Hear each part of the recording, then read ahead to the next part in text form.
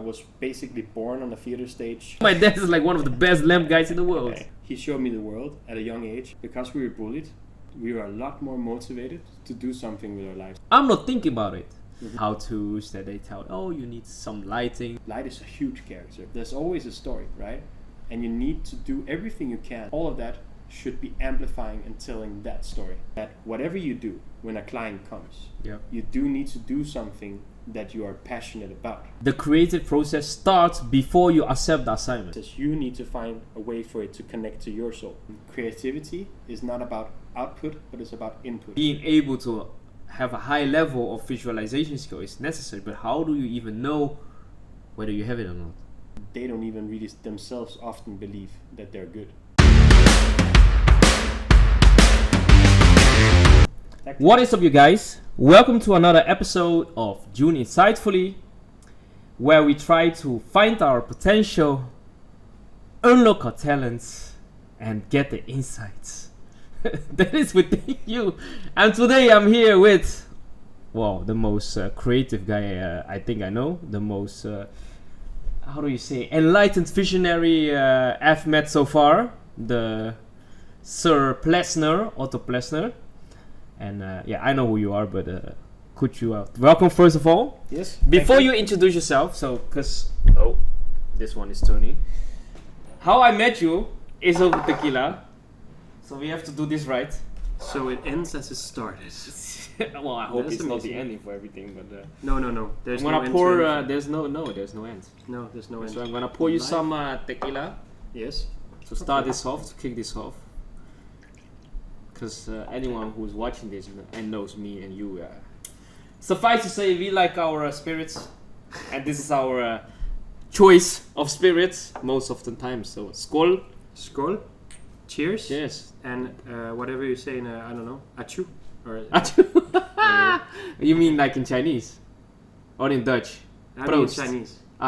Kampe. Kampe. But Kampe. It's in with the Spanish is para yeah, I forgot that one. Yeah. Only Miros knows. Abaja. Arriba. Abaja. Centro. Adentro. Hey, let's go. Man, that is good stuff. Yeah, I know. Only the good stuff for you, man. Okay. Nice. Well, if you can fire it up. Yeah. We are getting warm. You know, we are starting the engine.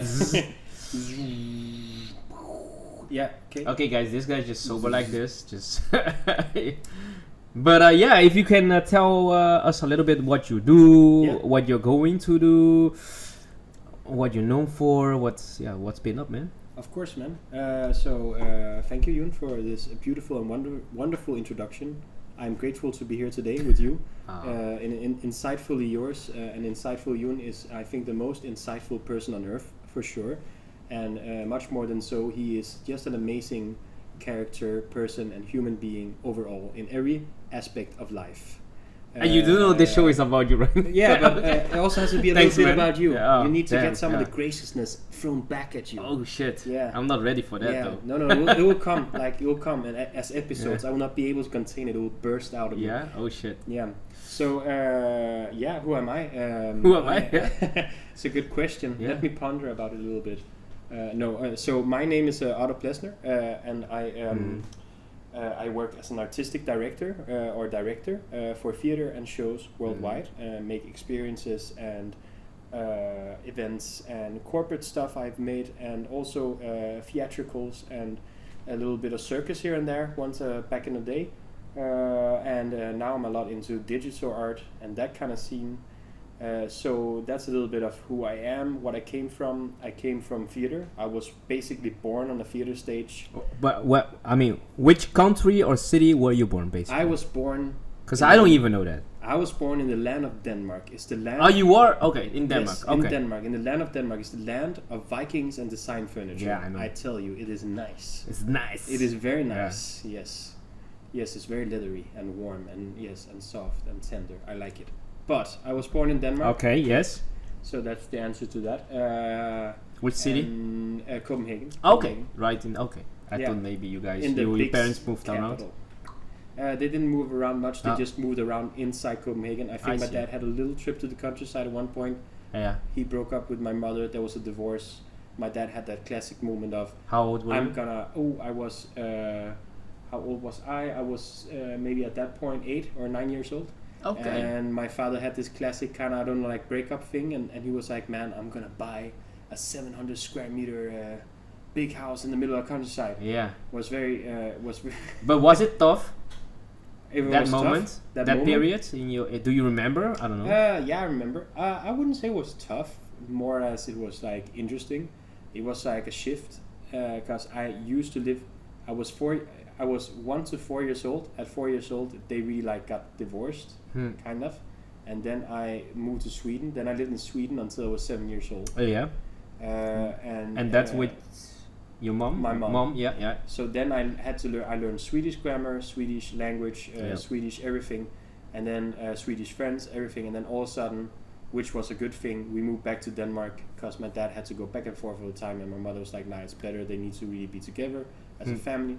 So she came back to Denmark, and I was living. But that was a huge shift in reality and in life because you went from being in Sweden to all of a sudden being Denmark. I could speak Danish, but not normally.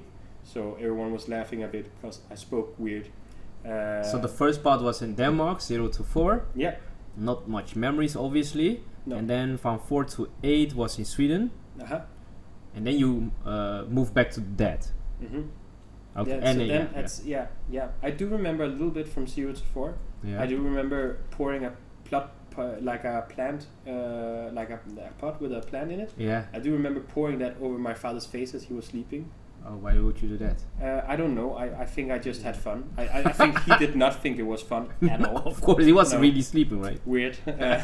So yeah, and I do remember having like these little wooden spoons, and every time my parents were on the toilet, I loved to like bother them. Aha. Later, yeah. Weird story, but there you go. And you know why you did that? Is why I did attention that? or? I think I was a very active kid Okay. in that sense, or like I was very like attention seeking, probably. Yeah. I liked to, I don't know, but I was weird that way. I was attention seeking with the people I loved, but when I was in bigger rooms, I got shy. So I was a little bit like shifting between those, Yeah. depending. Like I was the kid that I was sitting with a table of adults, and then I started talking. Okay. If I sat with a table of kids of my own age, I was shy and didn't know what to say. Why do you think that is?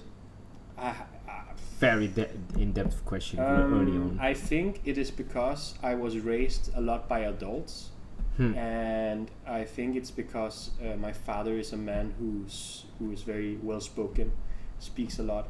He's an interesting character, but also just an interesting brain and knows a lot and very knowledgeable. And he would always talk a lot and share. So I had that tendency to be more like fascinated by that because all his friends and what they were telling was always amazing things. Like, I mean, if I asked them about what they were doing, they would have these crazy stories about being at a rock concert with Prince and putting up like 20,000 dams, and then Prince was yelling at him that it was not good enough and he had to change the light, and he was singing it in the lyrics and all these crazy. And that's your father, right? Yeah, so that's my father too. Like he also did lights and traveled the world and did all that rock and roll kind of stuff, and toured as well too, actually. But also he played music? No, he toured as a he played drums. Oh, I didn't know He that. studied drums as a drummer. Actually, Oh. that's how. Yeah, Really? yeah. He studied for the conservative.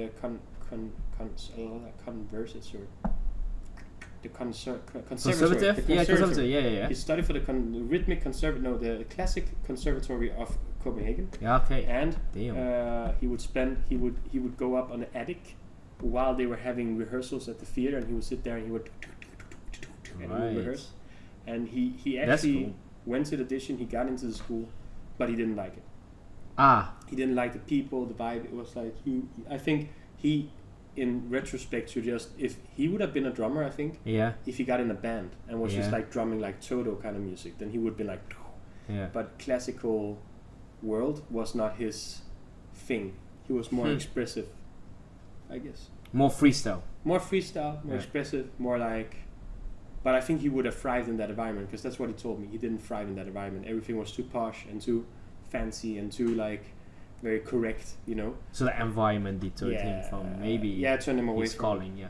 But then I don't know. It seems like light was then his ultimate calling, because he is one of the best light designers and I think light inventors in this world. One of them among them, I would say. So like a competitor to Philips for people that live in the Netherlands. Yeah, he was. Because Philips is known for their light production and True. manufacturing, design, styling. There is a essential difference. I think like for Philips, it's about lamps, so products that are in your home a lot. Yeah. For my father, Really commercial. Yeah, really commercial. My dad is in a niche, so my dad was always in theater lights, spotlights, Okay. or in movie lights. But he revolutionized the industry by creating some of the best lights that has ever been made. So the RGB and all the LED coloring in them and all the way that they function and the level of light. Like Really? when you turn a LED lamp such as this down at a certain percentage, it will just kind of like it will flicker and shift, and it does. Yeah. He can turn it. I think it was to 8 or 5% his lamp and nothing, and so he kind of won 22 awards now, I think it is, and counting, for the best lights in the NAB show of Las Vegas. Yeah. And that's so funny for the watchers. Is so I met the man in real life, with pleasure that I have the opportunity to meet such a guy. But and it's like and I think it's the same for you. You guys are like so humble. I don't know if it's more like a Copenhagen thing or just a Plesner family thing, because it's so humbling to be with you guys, and the guy is so humble, and you just see the wisdom, and I think you got some of that. It distilled into you as well, and by the time I had the opportunity to meet the guy, but I had no idea the guy was. I knew you told me he's big in the world of lamp, but what do I know about lamps? Literally zero. So, but yeah, 22. Yeah, that's a lot. It's a lot. Well, I mean, you could have bragged a little bit. Yeah, well, my dad is like one of the best lamp guys in the world. Yeah, but I do brag. I mean, he's in his lights are in Darth Vader. Okay. Star Wars. Yeah, Star Wars. Mission Impossible. I don't know, like Pirates of the Caribbean, like stuff like that. Oh shit. But I mean, it's not that he like. I mean, he just has. I think it's only like the real professional photographers and the really professional directors that appreciate and understand light at a certain depth and level. They will appreciate it because they will see the quantitative and qualitative difference that it has compared to any other product. So they will want his light because they know it's the best. It's just you don't get better light. So then it's like a niche, you know. It's like. But how does that work though? But I would always imagine you come in a studio or like people rent these stuff. But as you are saying, maybe it seems like they always bought it or something. Or how does it work? Yeah, they buy it mostly from my dad. So it's not like he doesn't like really rent out lamps. He doesn't do rental that way. I mean, that's also quite normal, I think, for that industry of lights, is that they kind of sell them. And then there are other companies that buy them and rent them out. All right. Yeah. But because I imagine it's not always within the budget of the production to install all those lights, because it can be very pricey to get all of them. Yeah. Correct. Yeah. And it's definitely also tricky, because I think the thing for that is tricky because he operates within a niche, you know, and it's like a tricky thing because even though you do the best, doesn't mean that you will have the biggest success. So he had success with his awards and everything. Yes, he's acknowledged. He's known worldwide for being the guy. Established. But he is not in his company having the best thriving. Is hard for him. It's difficult to get the company to grow as much as you want. It's still big, you know, like for what it is. But I mean, still, that's like a challenge because he's in a very specific field. Yeah. And it's like that. Like normally when people wants to make the best of the best and the best quality, that's not what people buy. No. People buy the cheap shit. Yeah, the mass consumption, yeah. Exactly. The mass consumption, the cheap shit. Ari is a light brand that people would buy, right? It's crap, honestly. But it is. You know. But people think it's the shit, but it's not. If you really know the specifications properly. but maybe I'm a little tainted. But I also do. I do know that it's true. Do you? I've seen that. Well, I mean, obviously your dad get to have access to certain locations, certain sets, certain productions. How early on did he bring you along the ride? You know, like how young were you? I was a toddler. My dad always brought me along anywhere, like anywhere he would do or whatever he would like. He always take me along since I was very young. He made a thing out of he would pull me out of school, and my teachers would actually get angry. Like, yeah, wait, you were halfway school and he would just pull you out? Yeah, he would mid class. Yeah, he just pulled me. He's like, Otto, we are going somewhere. Yeah, we're going somewhere. He would just pull me out like for 2 weeks, Wow. 3 weeks, like whatever. That's like, awesome, man. Even though it was not vacation time. That's so awesome. Yeah, it was. That you got, yeah, that's really nice. Yeah. I loved it, and the teachers would get super. They would get upset. Of course, annoyed as well. He's like, what he's doing? Like, yeah, learn and my dad was always to them like, yeah, but he will learn so he much. He is learning. Yeah. To go with me to LA and see stuff, then he will learn by sitting here in a classroom and just doing math. Like so that was his. I think he's right. I think he did the right thing. For sure. He showed me the world at a young age, and I understood it from a very young age. I realized when I look back at it, I saw that what's possible. Like, so you would be in Denmark, it's a small country, and people tell me like, yeah, but this is not possible, this is not possible. I'm like, what do you mean? I was just in LA. They were shooting a 50 million production movie, running around with shoes. Like, what do you mean? Of course it's possible. I mean, if they're doing it, then you can be doing it too, right? Like, so it changes your whole perception of what is possible or not, I think. What I mean, let's just dive in this tangent. How important is lighting then? Lighting? Because there's a thing, I'm gonna be honest, I'm not thinking about it. And it's just that I watch YouTube tutorials and how-tos that they tell, oh, you need some lighting, certain setup, and even depth of field, you know, like certain color grading within in the background going on. What does light actually bring to the whole cinematography and whole experience of viewing and watching when you capture a film or photo or I think and believe that light is actually one of the most important things, because without light there's nothing. So you can build a beautiful set design, you can put it in the center of a space. If there's no light, you won't even see it. So I mean, in that sense, light is essential, and more than that, I mean, light is a character in itself. So each element that you use, whether you're doing movies or you're doing films or you're doing theater shows, it's all characters, you know. So the camera and the photography and the way that it moves and presents itself in the room and the space and how you like make the angles and everything and shift, that's a character, is saying something for each way you do it. If you tilt the camera at a certain moment, there's like a feeling of anticipation or there's a feeling of dismay, right?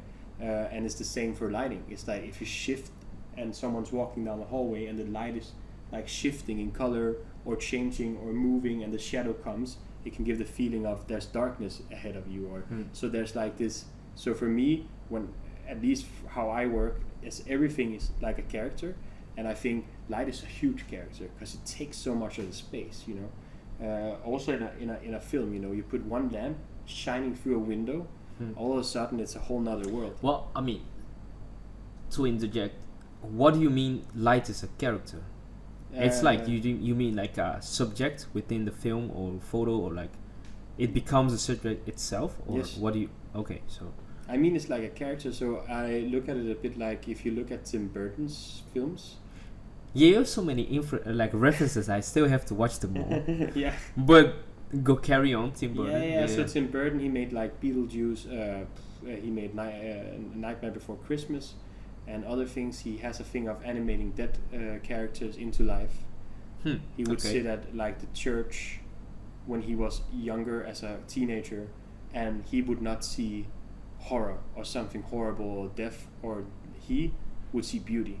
He would be like, he would think of it like, oh, but all these people, there's a life. Like, what are they doing now? Like, what are they, you know, what's there? Like, and then he would imagine them springing to life.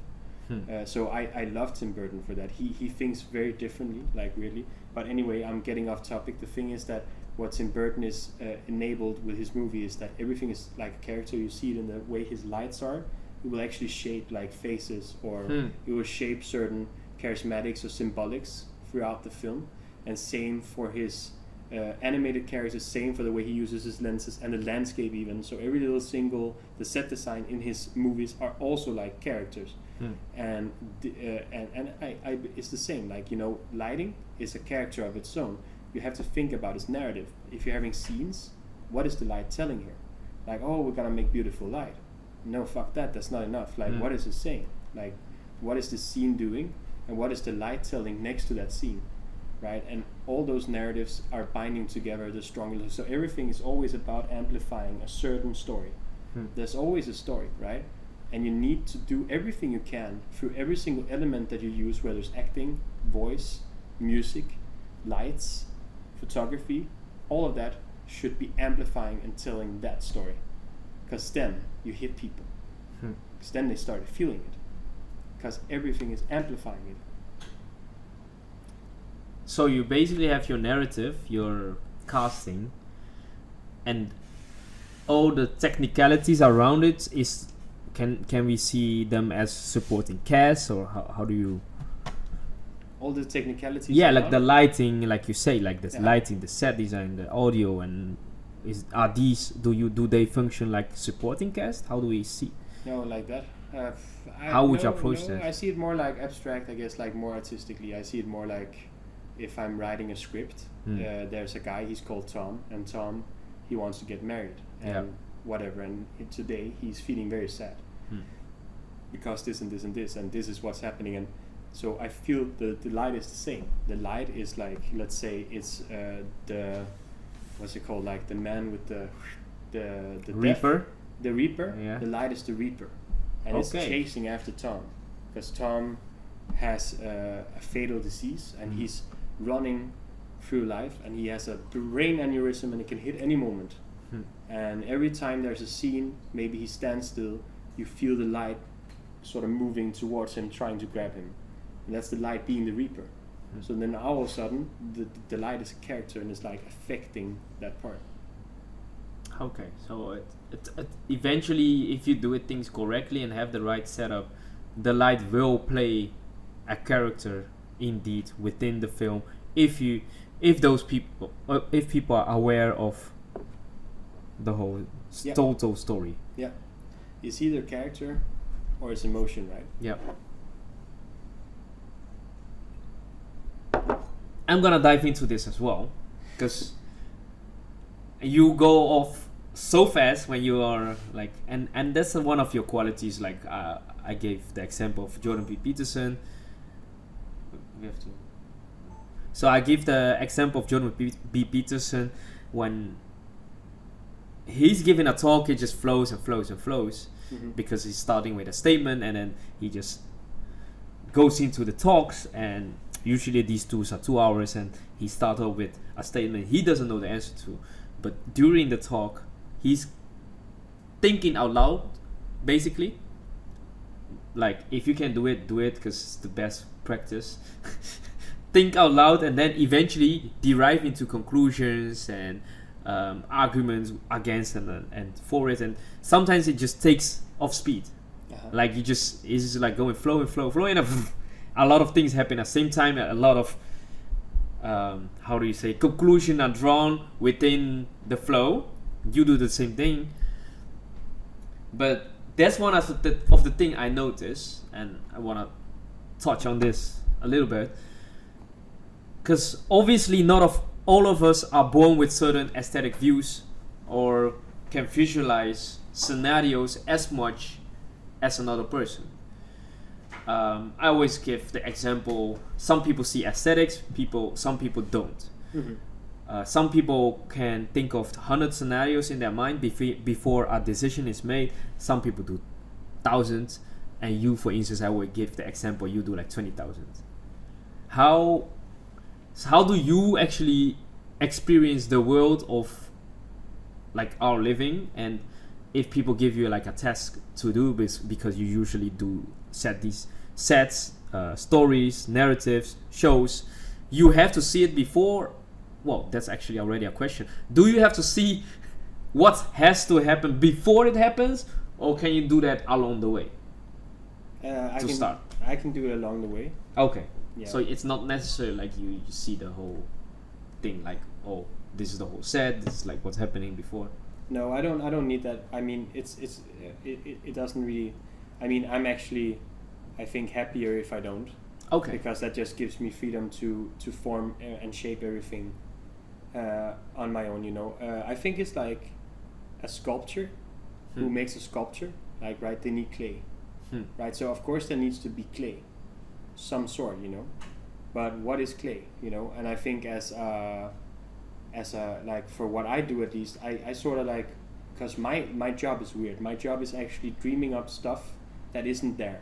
Of course, you know, it's just like you're making up something. You tell me, and it can be whatever. You know, someone can either tell me that they want something, so someone can tell me that I want this show and it's about Christmas or whatever, right? And there's my clay. So there's a show. It's about Christmas. Do you know where it will be? Yeah, I don't know. This or this venue. Okay, fine. It's good enough. I know. It's enough for me to already find out what it should be about. You know. Yep. And the other way around, if I don't get that, then I'm inside my own head making up. What's easier? Something. What's easier? When you have the objective, or like you have like total freedom, or in between. I think it's total freedom for me. Okay. Yeah, I think that's easier for me. I think the more freedom, the more I just kind of have a natural flow. The less freedom, the more I struggle to make it fit, because I think my mind is also like, I want stuff to connect. So if someone tells me that it's about the future, this event, then I want whatever I'm making to touch on the topic of future in some sense. I don't want it to hit another side note. So whatever I already manufactured in my head, and then let's say I came up with an idea, someone then tells me this about the future, then now I need to find out how can I take this idea that I have and somehow make it connect to the future. Because the important thing as an artist, I believe, is that whatever you do when a client comes, you do need to do something that you are passionate about, something that you are interested in. Because if you have no interest whatsoever about what you're creating, it will be very hard to pull through it, because it will take exceptional strides. You're basically saying the creative process starts before you accept the assignment. Yes. Yeah. The creative process starts before you accept the assignment, because you as an artist should have been reading books, looking at the world around you, and getting inspired and having all these ideas in your head about things that you want to make. And it can be that maybe you're a set designer and you just love 3D printing, and you just really want to do something with 3D printing, right? And whatever assignment gets tossed at you, you see, how can I make 3D printing fit here? You know? And I think that's kind of the magic of it, because in the end, with creativity, you can almost make anything kind of fit the thing, you know? Someone that I really adore in this world, in that sense, is S. Devlin. She's a set designer that makes set designs for Kanye West, Beyonce, and she also does theater and operas. And she has this same philosophy. She talks about it in her masterclasses, that same fact. She says that she has all these topics, but when you get something, she says you need to find a way for it to connect to your soul and your artistry. Because if it doesn't connect to that, it won't really come to life the way it should. Because you will simply not be that interested in it. Then you're sculpting someone else's dream or someone else's vision, and that as an artist is like difficult. So you need always to find, like, if I am a director, I come to a actor or set designer or musician or whatever, composer, I tell them, this is the idea. I always shaped everything. They need to also have their moment to think about, okay, that's cool. How do I connect with that? And how do I like see what I think would fit with that or work with that, or what is something that I'm interested in that I can insert that into? So it can be a light guy, and the light guy, he loves lasers, and it's something about, and he's like, oh, what if he used lasers too? Because I always wanted to, I don't know. It's not, and that's very like literal, like practical, but it can also just be philosophies, right? That he wants to explore. He maybe wants to turn light more into a charismatic character. Could be. Yeah. This is his moment to seize it. I don't know. Because you talked about like you rather have total freedom within your process when you get the assignment, and from there, how do you work? Because it's not, like you said, not necessary for you to have the whole project already envisioned. Because I always think that was necessary. Because I'm not a film director. I don't have the capability to, but I always thought those who direct the film already see the film happen and then just have the shots in that. Well, I mean, I've heard this somewhere. I'm sure. Mm-hmm. You've seen the film happen, and now we just have to collect all the shots and then get them together as they should, and then we have the film. Yeah. But you're basically saying, well, find me the clay first. We work on the clay, and then we see what happens. Or how do you approach that? I'm saying that either someone gives you clay or you have your own clay. Mm-hmm. So creativity is not about output, but it's about input. Mm. The more input you can insert into yourself, the more inspiration you will have, and the more you can output in the world. Mm. Like, so all that input you can transform into your own clay. So you have all this input in you, and you're like, I love this, and I love that, and you make a clay. Mm-hmm. And maybe you don't have just one clay. Let's say you have 10 clays, Yeah. 12 clays of things that you love and find interesting. Someone comes to you, they say something, you can now take your clay and find a way to connect it to that, you know. Or they say, I have this clay, my dream is to make a show about exactly this topic with exactly this kind of things. Here's the clay. Then I have to go like, I love you, okay, cool clay. How can I help shape the clay? But then also, how can I take one of my clays and like smash it on top of there, put it in with your clay, and now we have like a little baby together, clay baby. So it's like very much a collaborative effort when you really should also have an open mind what your collaborators have to contribute to the whole process. Mm-hmm. All right. I'm gonna go back to what you were just talking about. You moved back when you were 8 from Sweden to Denmark, and then because you said it was kind of a tough time, you had to adjust the language, people, lifestyle. Yeah, tough times I think there to adjust in the beginning. It was I don't know, it was weird moving from one place to another in that early stage, and it was also weird because I was kind of part of it because my dad is also Danish and I do know some Danish, but I don't really understand the Danish culture or how they speak or anything. So that also made me at ridicule.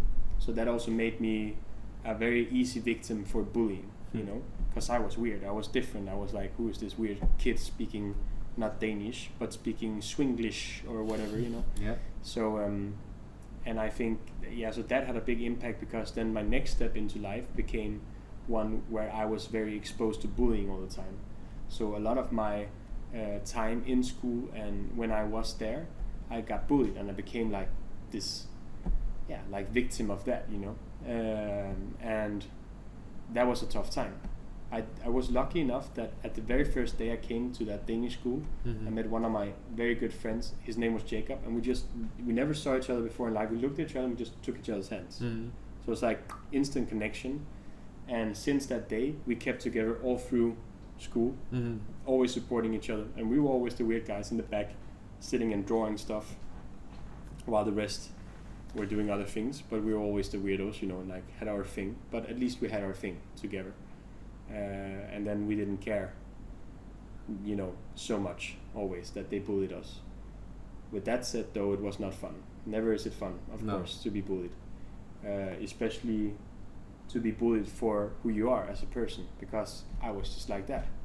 I was just, I don't know, happy, positive. Yep. I liked to draw, I liked art, I liked music, like playing piano. I liked I was very like, how do you say, like, I like sweet stuff. I was not like, I like romantic films. I was not into horror. I was not into action too much. You know, I liked all that was very like fragile and sweet and graceful. You talked about and touched on drawing back in this class. Well, two things actually. You could use it was weird, but I'm just curious, why is that weird? And then the drawing, was it just something you came up with and you just pen, paper, let's go, or were you trying to draw on something you saw before? What What was that? It came from my father, because my father's a light inventor, so he would always like draw all his inventions. Every time he would talk about anything and explain it to me, he'd take a paper and he'd start drawing. And that became like, I think that's triggered that. And then I started like just drawing, like I just drew like what I saw. But it was very weird because I started doing it from very young. And I would draw like stuff in my mind, like I was like. Did you make up and you draw? Yeah, I was 6 years old and I drew these like very creepy characters, like a guy with bondage and like worms coming out, and my whole. And how old were you? I was only like 5 or 6 or something. Oh, whoa! So everyone in my family. Were they realistic already, or? Yeah, it was quite good actually. So you were like quite skilled as a drawer. I was quite skilled at it, yeah. But I just, at some point in my life I dropped drawing, but I was very good at it. What happened? I started doing music. Okay. Yeah, fell in love with the music more. And that was how old? That was around 10, 11. And you just actually gave me a nice insight.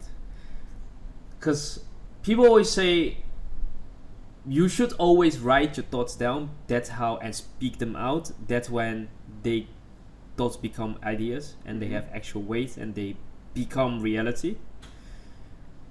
Would you say that drawing is the same for those who are very visually in their minds?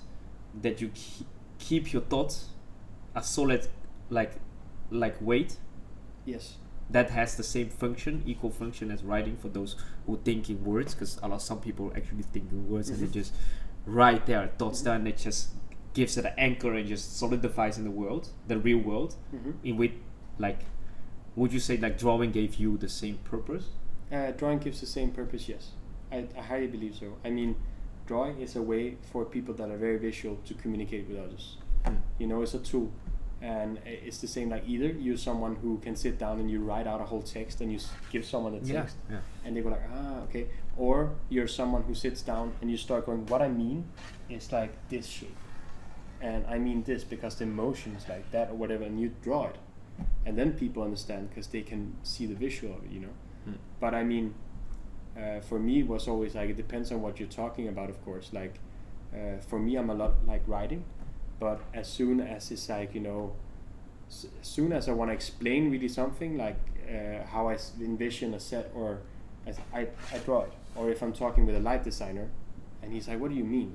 I mean, like here, and then I like here, and I draw it because they speak. A lighting designer speaks visually. A set designer speaks visually. So when you're dealing with that field of people, you draw, because you can talk all you want, but it won't really always help, because they'll be like, so what? Like they need that solidified, as you say, visually, and they also solidify those people. They solidify their stuff definitely in the visual, much more than they would do in writing. But how do you know if you got it or not? Because I know a lot of people and they like, oh, I like interior design, I like set design, I like being a videographer and make films later. But as you mentioned, like being able to have a high level of visualization skill is necessary, but how do you even know whether you have it or not? You don't know. You don't know? No. You just realize that, or? No, I don't. I think, and the funny thing is, I think that even the people that are actually the most amazing at these kind of things, they don't even really themselves often believe that they're good.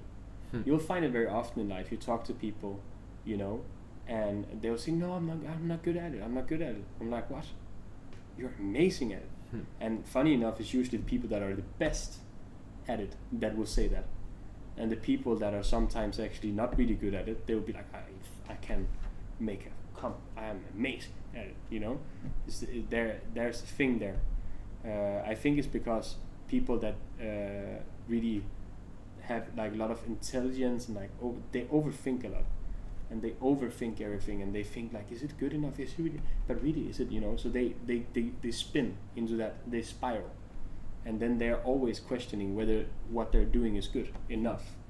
And then there are people, they don't think too much about it. They just go, they just do it. They go like, they get it done, and they don't like go that deep in the thoughts. They don't caught in a spiral, questioning themselves, because they don't get to that point of questioning themselves because they're already doing the next thing. Yeah. And someone already probably went like, man, that was dope. So then they're more in an action kind of thing. So I don't know if that answers it, but I believe that, yeah, a lot of talented people. But then maybe you already said you drew a lot. Yeah. Isn't that already kind of a marker? Like, hey, I'm really good at drawing. Like, for instance, when I was little, I couldn't draw original content. And we have this discussion, and we can talk about this later maybe. I don't think I'm creative. I'm really good at copying. So I was really good at copying other drawings or other pictures. But it took me a long time. And actually, when I was little, we had like those drawing competitions. That was the Chinese thing. I don't know, maybe it's also in Danish. But and you would just tell some people are like, man, like way better, you know, like they were really fast and they just like drawing crazy ass stuff. And just for me, it took like 2 hours, 3. It looked nice in the end. I got the same result, quote unquote. But you could just tell those, like, let's say the naturals compared to the copycats. Yeah. Because that's for me, yeah. Because like. But the copycats can become the naturals, and the naturals can become the copycats. And also, I think you can be imbued in talent, awesomeness, but that is not what will be the factor for why you will have success in life necessarily. I mean, there are people that are extremely talented that never gets anywhere, and then there are people that do. I think there's a lot of different small factors that sort of come into play in how that kind of evolves and goes around and comes out to become someone who then will be successful in what they do. Yeah. Or because, for example, you being better than, or someone being better than you at drawing, or you being better at them than drawing, doesn't mean that you will be successful. Yeah, true. Because it's not about that. Like, I mean, someone can sit and they're the most fucking amazing drawer, but maybe their ideas just aren't that interesting. For example, I don't know, like, it doesn't speak to people for some reason. The other guy, he sits in the back of the room, he draws things that are not that pretty or that advanced, but the things he draws are just for some reason very fascinating. You can't take your eyes off it. It's just like, what is this? Like, what are you drawing? And then that's more success. And I think, I mean, one of the key factors I do believe, however, is like a very, very rich and vast imagination that goes a little bit beyond the ordinary imagination. That people that look at life in a way that surprises you, because they see a bottle of whiskey, and when they draw it, it is not a bottle of whiskey. Okay. It is something completely else, you know. They see a whole world that is invisible, that you could never see if they didn't show you that world. Yeah. Yeah, I mean, it's always so funny because you talked about I stopped drawing and went into music, because I'm obviously really visually inclined, like not at your level, but I mean compared to normal, well, the normal, how do you say, the common visually intellectuals, I think I'm a tit higher, because I always say, like, if I listen to certain songs, I can just, and the same with dreams, you know, it's really vivid. I think that's also another component, but that's a whole another topic. But when I hear songs, I can, and I close my eyes, or when I listen to audiobooks, I just see the worlds happening in front of me. And I think you just definitely see it more detail. And that's so funny because the audio triggers the visual to create a world. Yes. I don't know why I went into tangent, but it's just very funny to me that some people actually have no idea what you're talking about, because you're like, oh damn, this, when I hear this song, I'm just in this place. Because I think maybe it's your quote, someone else told me, good music will transport you to a certain environment or setting what they wrote it for. Yeah. Like for, definitely. Not per se, but in a sense. Yeah. Right? But some people will look at you crazy and think, what you talking about? It's just music.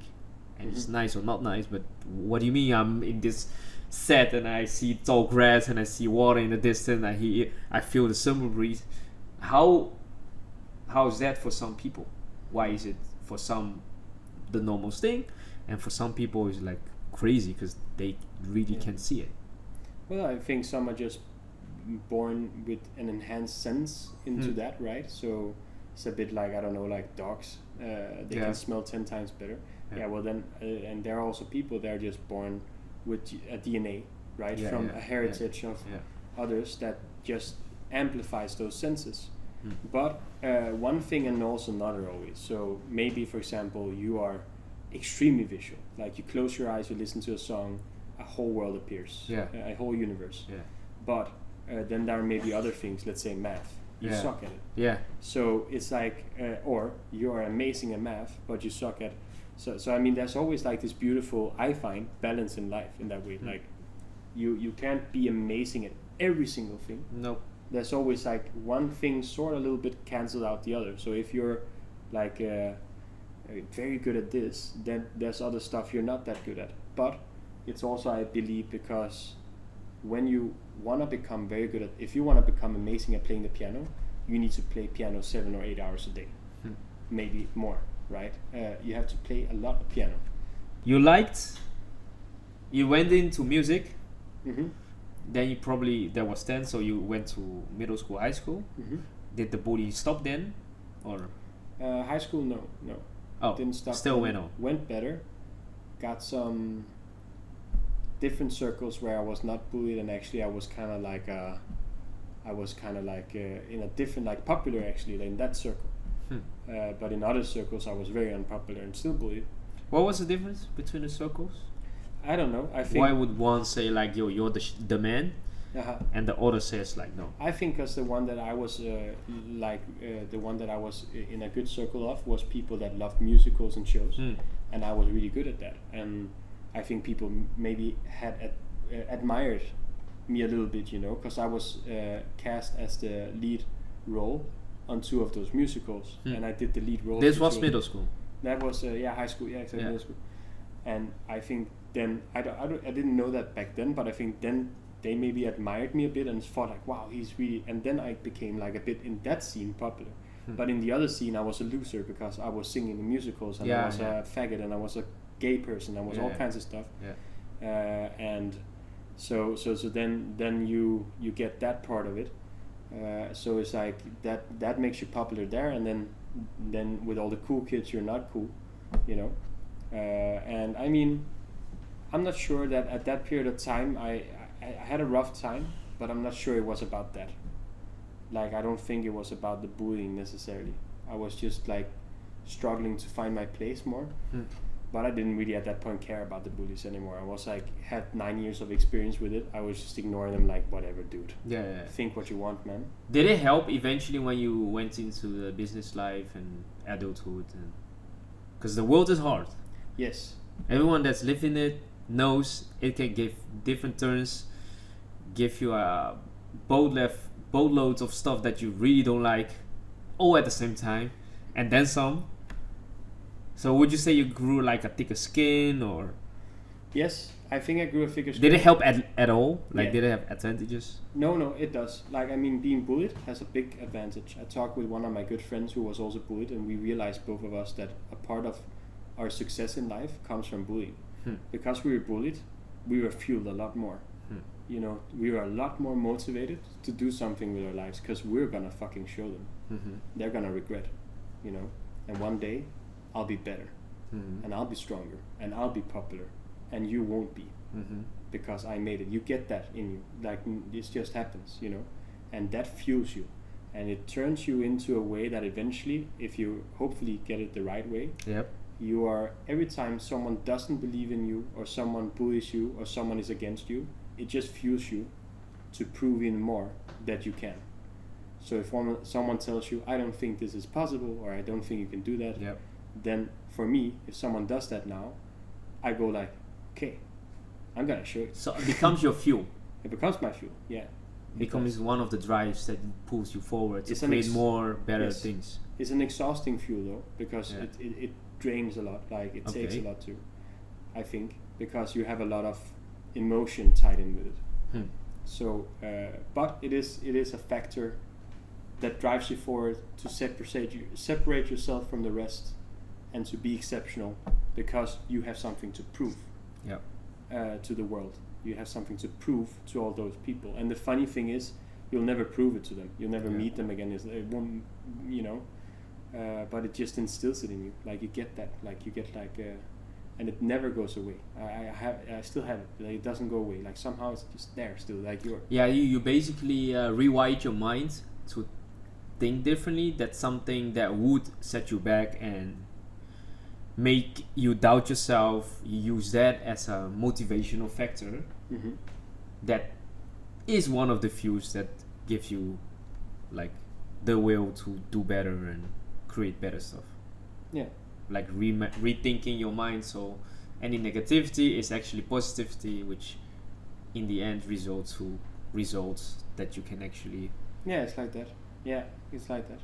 Negativity becomes positive because in the end it might be negative, but for you it becomes. It's like the mindset. Yeah, it's a mindset. That's a hack. Yeah, it's in like life. It's life hack, and it's also the same goes for obstacles or mistakes. I believe they also become fuel. Okay, next time I'll just do it better. Yeah. Next time I'll know. But it's not something to set you back. Yeah, what they say. Because you got beaten down so many times anyway, like when you were bullied. Yeah. So you get used to being doubted. When you get beaten down, you don't mind so much. You're just like, oh, I just need to get back on the horse. That's it. And then eventually you got, because you said you discovered you were kind of good at theater, and then you went into theater, right? Yes. After high school, or. I think theater was always part of my life. Yeah. To some extent, I think that when did theater really become a goal for me? I think that was later. So first, I think it was in high school, because in high school I started being like interested, and I thought like, hey, I'm gonna maybe play like a part in a musical, and I think it started there, and then from there on it kind of grew, and then I realized, this is the thing, shows somehow, but I didn't quite know what role I liked the best yet, so I just tried all of them. Because someone in my family told me, like, if you don't know what to do, try all of it. And then you'll find out.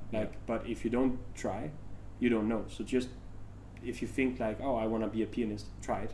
If you think you want to be a lead role or a musical or a dancer, try it. And that's what I did. I just tried all of it to feel what's the thing. And then I learned from each time, no, that was not it. No, that was not it. Then I thought, hey, I want to be a producer. I learned, no, that was not it. So it takes you on a path. I think sometimes some people, they are very lucky that they sort of hit it, and I think it's not always like, it's like a coincidence sometimes as well, like by accident, like it just happens that they just happen to hit that thing that is their like one life purpose very young, like, or someone puts a violin in their hand and it was just, that was it, it's violin, I'm gonna be a violin player, but not all of us are that lucky, but that doesn't mean that we should have to keep trying, because it is out there. It's the same like with the one true love, or the one true person that is like the right one for you. It's the same, like they're out there, that person is there, that person that will be your most magnificent other, right? They're there, but you need to keep trying, and you need to keep looking. You cannot give up. You cannot go like, oh, but no, now will never, like, no, you have to still believe. You always have to believe. Same when you get pushed or you get knocked down or you get, always believe. I mean, and if you believe, that's my saying, if you believe, you will always receive, Believing comes with receiving. And also, if you speak about something you're gonna do in life, speak about it as though it's happening. Don't speak about it as though, oh, I'm not sure, maybe it will happen. No, just say to people it will happen, and you'll see, slowly but surely, it just starts kind of happening the more you say it. If you tell people, I'm gonna be a director, I will be a director, I'm gonna direct a show, I'm gonna direct, and if you keep doing it, eventually you're directing something. Also because when you put the energy out, but also another thing is, every time you say you're gonna be a director, for each person you said that to, let's say you told it to 100 people, those 100 people know 1,000 other people, and all that connections can have a chance to go, because all of a sudden someone goes, hey, Otto's told me he wants to be a director, and I'm doing this music video, and I thought maybe you should talk to him. All of a sudden a guy talks to you, say, I'm doing a music video, boom, there's your first moment Is that how you got into the whole thing, this production of show and what? Because you went to theater school eventually after high school, right? After high school, yeah. So after high school, I went to a theater in Sweden. Yeah. That theater in Sweden was run by my uncle, and my uncle was running that theater. He did not give me special treatment though. He was very tough on that point. He was like, your family, if you're gonna be here, you're gonna work like everyone else, and you're gonna have to work your way up. I don't give a shit. So, which was good. And I started as a lounge pianist. Yeah. And then he said, maybe you should clean some toilets. And so Okay. Yeah. Nice. Then I can give you a place to live. Yeah. And I said, okay, if Sure. that's what it takes. And then I cleaned toilets, and then I got annoyed because the system was bad for cleaning. So I made a better, I improved the cleaning chart, and then the system got smoother, it optimized. Then my uncle told me, maybe you should be like a bar runner. Then I was a bar runner, then I was a bar manager, then I was a bar chief. But what did you try to achieve by doing all that?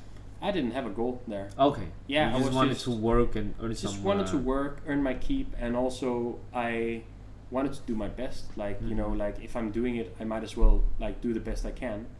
And if I'm gonna learn to be a bartender, I might as well really learn to make good cocktails, and I might as well really learn, to do it well. And so I did, and then eventually that led me.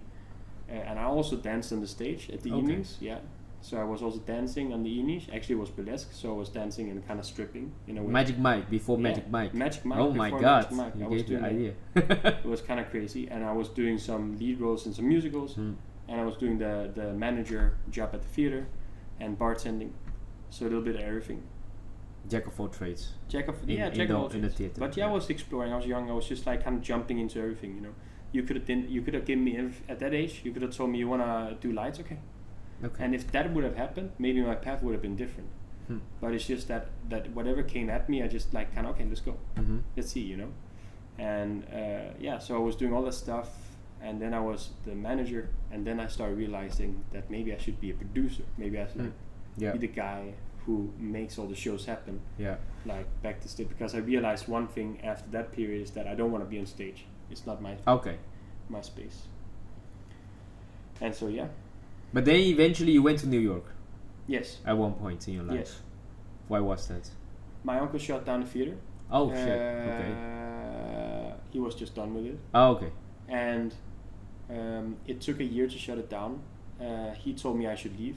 I told him, no way, I'm leaving.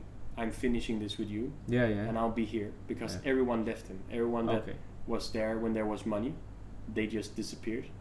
And I told him, I'm not gonna do that. I'm gonna be here, and I'm gonna help. And at that point, it was really critical for him. I didn't get any money. I didn't get any salary anymore. I was really living very crappy. I had I don't remember. I think it was €100 a month. Oh shit. Okay. So I really had to disperse it and eat very cheap and eat frozen vegetables and shit. It was not a fun year, not for him, not for me. It was crappy. It was depressing. It was a hard time. But I decided to pull through with it, help him sell his whole theater, help him get all his phone subscriptions off, and fix the whole thing. And then after that, my uncle sold it, and he got the money from it, and he told me, you were here without a salary for a year, and you did all this. What do you want to do? And I told him, I want to go to New York, I want to go to Paris, I want to see the world. And he told me, okay, then I'll give you some money to do that. And then that was the deal. And then I see. Yeah. So that's how that happened. And then I went to New York because he had a friend there, and I love New York, and I wanted to see the shows because I knew the most innovative shows were happening there. Yeah. And it was the place to learn, right? So I went there, and I met him, and he's the director. And that, I think, was my first touch with directing and what that really is. The friend of your uncle was a director? Yeah. Okay. And he directed for circus shows, and he was in New York writing on shows with other people. Yep. And I kind of became his assistant, helping him writing shows, writing documents, making pitches, whatever he needed, and kind of following around. How old? I was 21. Okay. 22. Still young. Still young, yeah. Yeah. And I was kind of following him around, he always forget his glasses. I always kept his glasses, whatever, that kind of thing.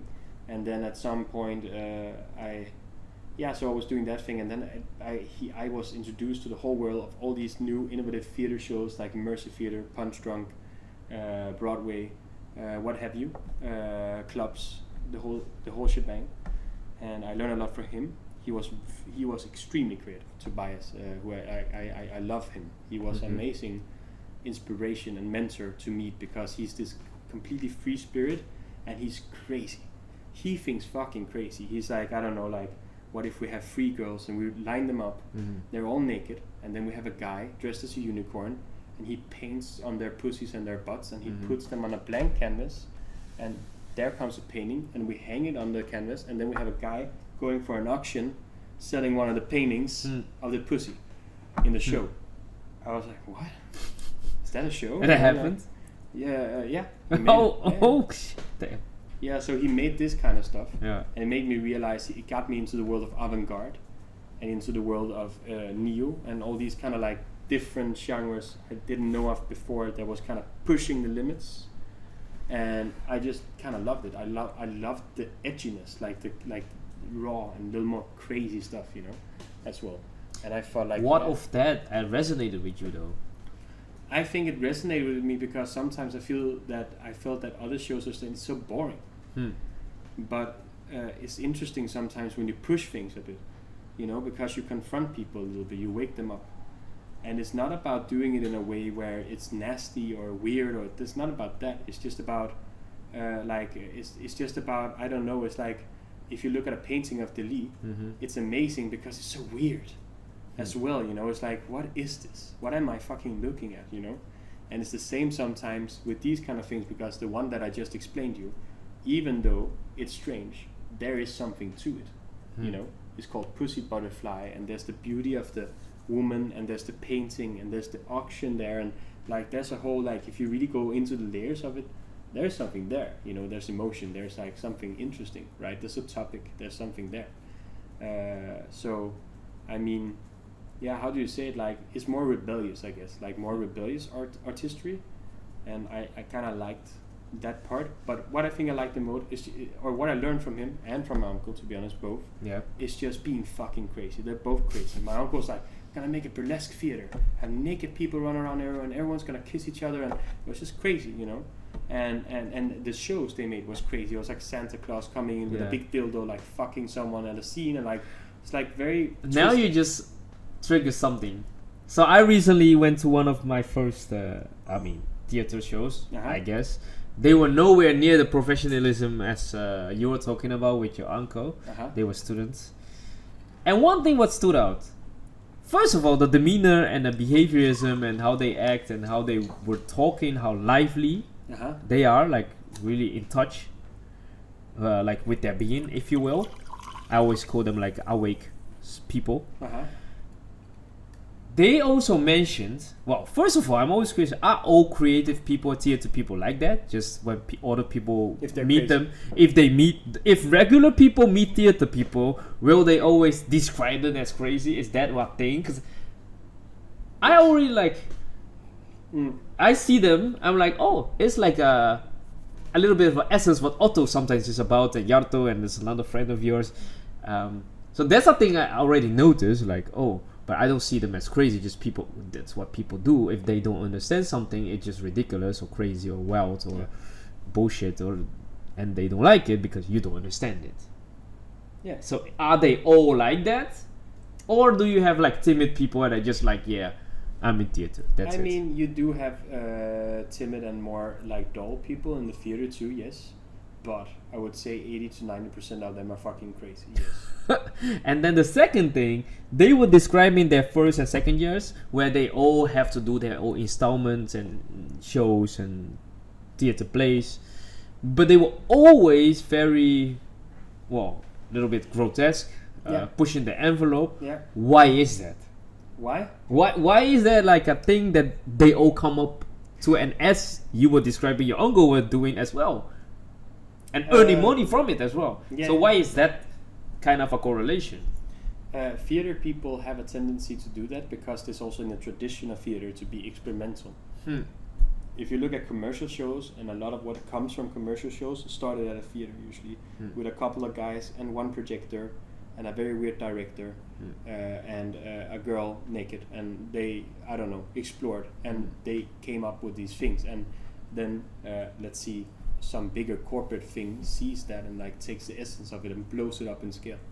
And I think it's like they experiment, and it's like the tradition of theater. The theater space is made for experimentation, is made for confronting, and is made for pushing the envelope. It's the space, it's a black box. Usually you go in, there's just black walls, dark walls, and the whole world in there you create, right? Whether it's 2 actors on a chair folding out a play, or it's people with paint or whatever, but it's like, you know, and you experiment and you push the envelope. And why do you do that? It's because you're seeking answers. You're seeking answers to the things that cannot be answered, right? So you can say, what is love? And you can ask a scientist, and he'd be like, well, if you measure the brain, you can say that the pleasure center is activated at this moment. Yes, but that's not love. There's a lot more than that, right? They cannot really tell you as a scientist, like scientifically, exactly what is love. No, they can't. But an artist can explore what is love to a much deeper extent. What is pain?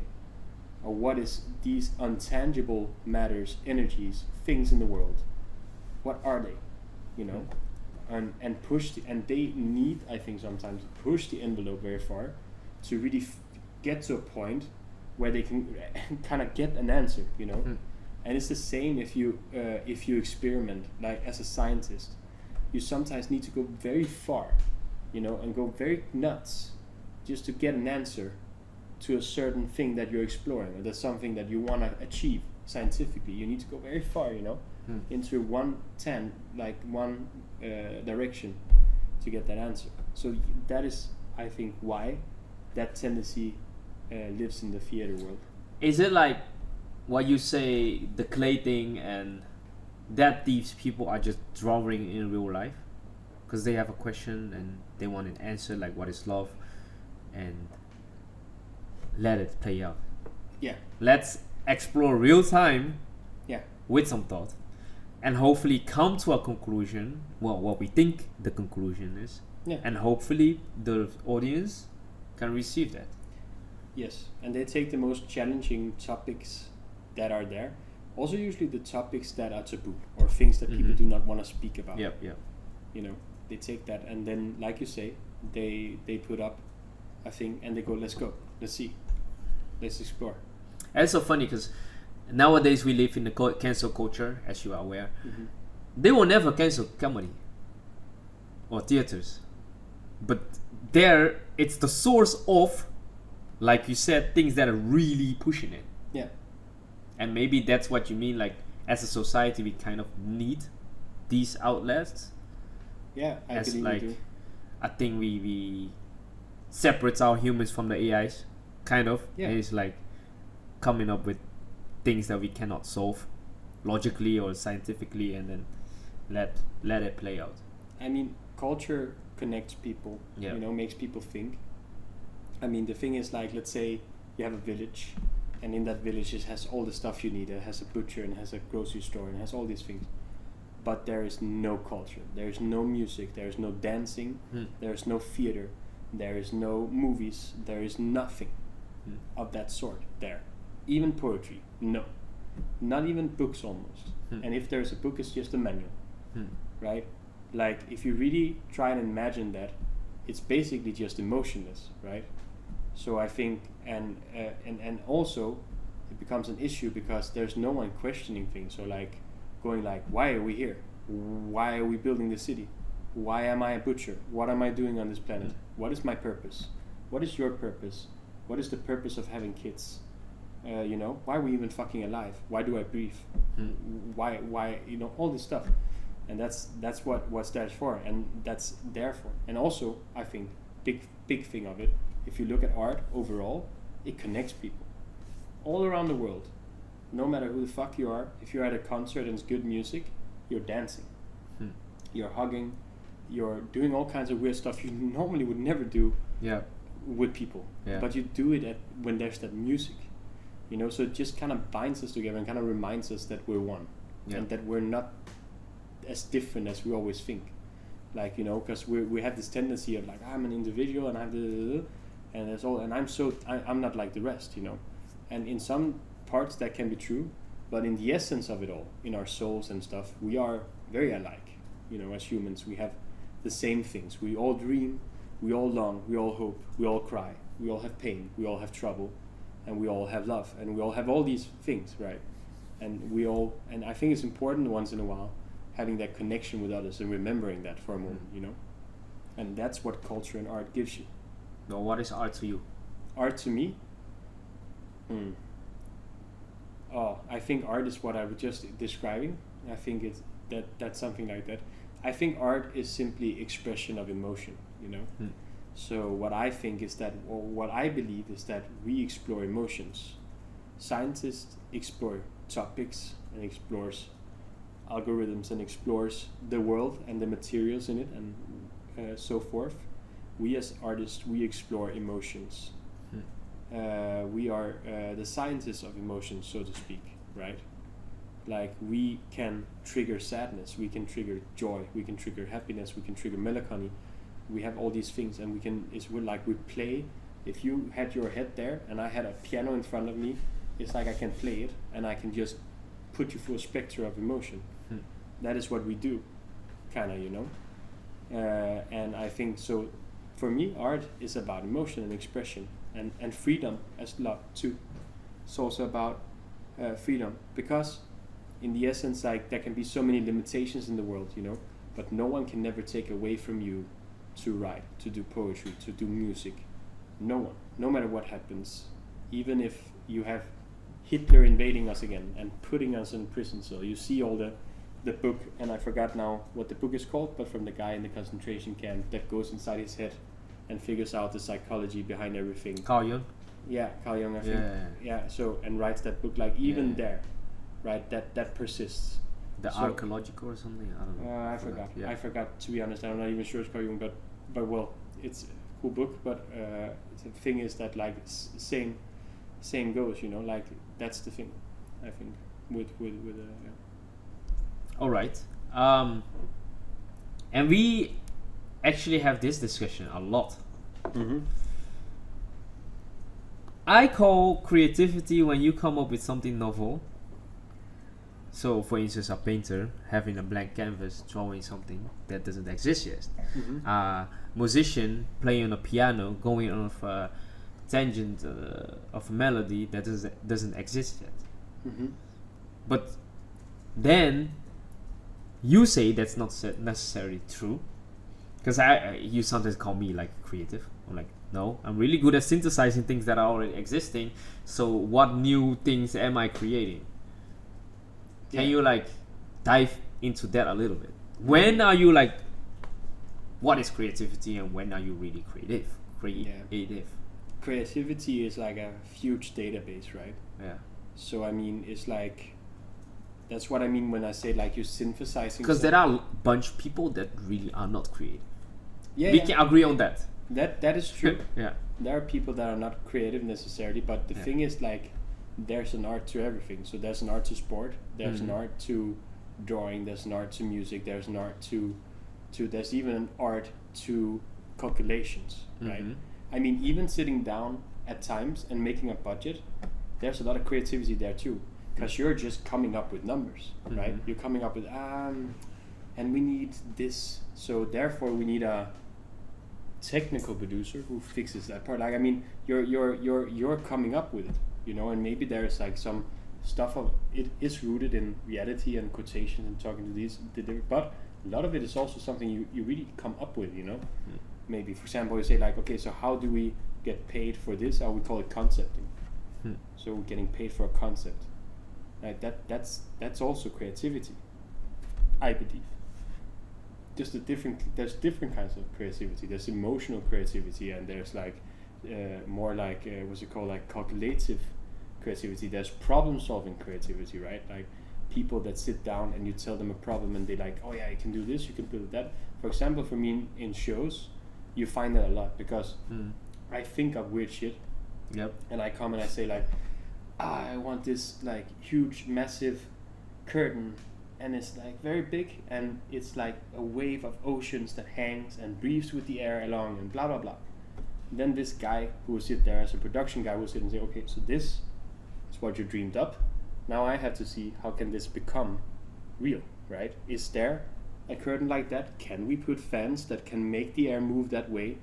And can we really make that effect? But now the thing is that person has to become creative, because they have to look at which technology, what can they apply? Maybe they tell me, Otto, I don't think you can do it with a curtain, but what if we put a video wall, but we make it invisible and it's see-through, so it seems as though the ocean is coming from a curtain that is animated in the, I don't know, but that's creativity too, right? So, I mean, I think creativity is in so many forms and things, and everything, like, for example, if you tell me, do something that's never been done before, that is not really possible, you know? Everything has kind of been done before.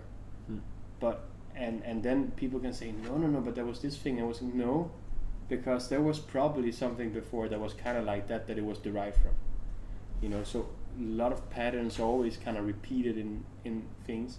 Of course, there's novelty sometimes where you are putting things together that wasn't put together before, but there have been people that have put things together that wasn't put together before in another constellation. So there's not novelty in the recipe that you did, but maybe there's a novelty and something new in what the outcome was. You see, so I just mean, like, in the essence, everything you create, like everything that comes out of me comes from my database of inspiration. All the movies I watched, all the theater shows I saw, all the songs I listened to, you know, all the books I read, all this is here, and I'm using that to create stuff from. And the bigger that is, the bigger that database is, the more you can create stuff easier. You're basically saying, if you want to upgrade your creativity levels, yes, observe, watch, listen more. Yes, observe, watch, listen, learn, go, see, experience more. Travel is amazing, inspires the crap out of you. You see cultures, you see things you never saw before, it makes you think different, changes your perspective, speaking to people who sees the world differently too, right? That is an amazing source. Culture, and going somewhere to Mexico and learning about the Aztecs and the Mayans and all that stuff and where they came from and how they built their houses and all these things. Huge inspirational source, and that goes for anywhere you would visit in the world, right? Yep. And observe the world around you, like sit at a cafe, look at these characters, look at these weird people around you, like so many people, man, and each of them are so, like, if you really think about it, so many characters in this world, like people that are really have their thing, like the way they talk, and he's talking like this, and he's like doing like this with his hair, and like there's like so many, or someone who's more like that, or like, you know, like, and it's just kind of fascinating. Also what they're speaking about and talking about, that's also a source. And another source for me is, like, you know, just in general, like Instagram, following artists, seeing what they're coming up with all the time and looking at it, like, that's a huge bank too to draw from. Books is more specific. Books is more like, man, I wonder how the brain works. Read about it. Don't wonder about it. Read about it. Get the knowledge. Always, like, if you have a question or you're curious about something, let that curiosity lead you deeper. Because if you let it take you, it will always lead you somewhere amazing. Curiosity is awesome. Like, and it can be whatever, man. It can be like, I wonder how a mushroom grows. Fucking watch the video, man. If you love mushrooms, watch all the mushrooms grow, and maybe at some show you'll be like, yeah, man, I'm gonna build a set. It kind of folds out and it's gonna be like a mushroom, and people will be like, whoa, this is, what the fuck? It's a completely new way of building a set design. But it's just because you were seeing and studying mushrooms for a year. I don't know, like, whatever. I mean, just, you know, like, also, like, embrace your weirdness, like, fucking, like, you know, take that in, like, it's cool. If you like weird birds or sounds or whatever, let it, like, it's good. And actually, the more niche your curiosity is, the better, even, because you will just come with something that much more. Because what I believe is that the most beautiful thing about what I love about art and everything is that you have all these people, all these artists, and they're bringing you a piece of the world that you never saw before, right? So they studied or saw or obsessed about something so extremely much that you would never be, because maybe they even dedicated, maybe their father was a writer, or I don't know, but they're so obsessed with it, and then all this stuff that they take it and they kind of distill it and compromise it into an essence that is like readable or that is viewable for you to enjoy and sit and experience what they see in this world. So it's kind of like you see the world through their eyes, and they open another perspective in the universe for you. And I think like that is something so beautiful. I treasure it so much that I get to that when you share that. Mm-hmm. And I think like sharing what you love with each other is the most amazing thing we can do, and people should do it more. If you love tequila, Mm-hmm. like you do, share it, talk about it, Right. do it. Can only spread good times, man. Yeah. And same for whatever. I mean, I sometimes been sitting with people sharing the weirdest stuff with me, Yeah, like, yeah. but it's amazing, you know. And they start going on to a whole spin about like, I don't know, whatever topic, right? But it's amazing to listen to. I love it. I love when people have obsessions and they teach you about something, you know. And same goes, like that's art too, because we all have things we obsess about. An artist, basically, Quentin Tarantino, fucking lived in a blockbuster almost. Mhm. He watched all these weird ass movies from Asia, Japan, and all kinds of movies that Yeah. none of us watch. We don't see those movies because they're just too weird, right? Yep. We don't see them, but that guy watched them, and he was like, "Man, what if I take that and I combine it more with the Western world Mhm. movies, and I like fuse that?" Yeah, well, amazing. The output is awesome because it's something different, and he's showing us the appreciation of all this very, very niche genre of movies that we would Mhm. never watch, and he's taking it, like giving us a gift. He's like, "Here you go. Now you get to experience it, but you get to experience it in a way where you enjoy it because I made it, like, you know." So it sounds like what you're trying to get at, in a sense, is that everyone is creative, Mm-hmm. and the task, well, one of the tasks of the artists that are creating is trying to be the reflector, builder, architect of their vintage point to a certain theme, worldview, whatever, and package it in such a way that they can allow other people to peek in their world. Yes. That's like the one of the tasks they consciously or unconsciously take on, and like you said, try to share that vantage point, because maybe that's why everyone, I think, because I never went to a museum, by the way, so you hate me for that. I never been to a museum, but what I picture someone at the museum is doing is standing in front of a painting or sculpture or whatever, take different vantage points, and then hopefully they see what the artist tried to convey. Mm-hmm. That's basically Yes. it's yeah, That's what you're hoping, right? With paintings. bundling a message within the Yeah. painting, or Exactly, and the painter, he took that part of whatever he had and then he put it there. Yeah. And then some painters, they literally showed you, like Van Gogh, he showed you how he sees a field mm-hmm. or how he sees this landscape. And the way he sees it is fucking stunning. Mm-hmm. It's amazing, you know? Like, what the fuck, were you on LSD or what happened, right? Mhm. His mind is beautiful. Yeah. Like, how Yeah. is he seeing that? But Yeah. but that's what he sees, and what a gift that he shared it with us, right? And then it's the same, like, because they see it in a different way. And then there's Dali, he just dreams up stuff. But this is also stuff that he sees.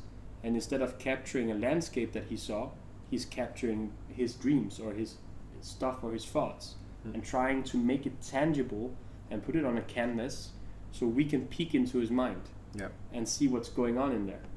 And that's super fascinating when you get to get that depth or that insight, like you said.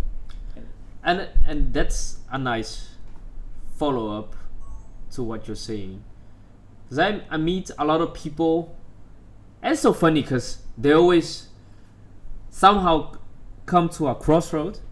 It's either education or creativity.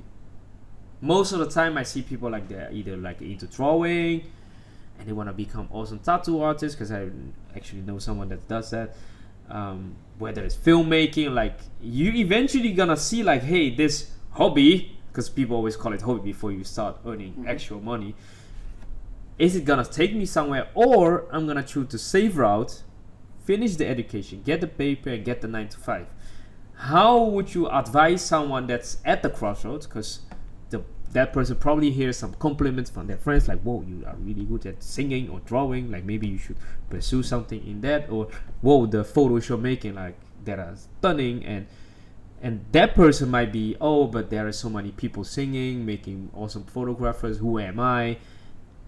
How would you advise that young person to, eventually decide? Do they even have to decide? Like, do you keep on doing both, or what would you say? Well, you can keep doing both because they can feed and live with each other, so that is possible.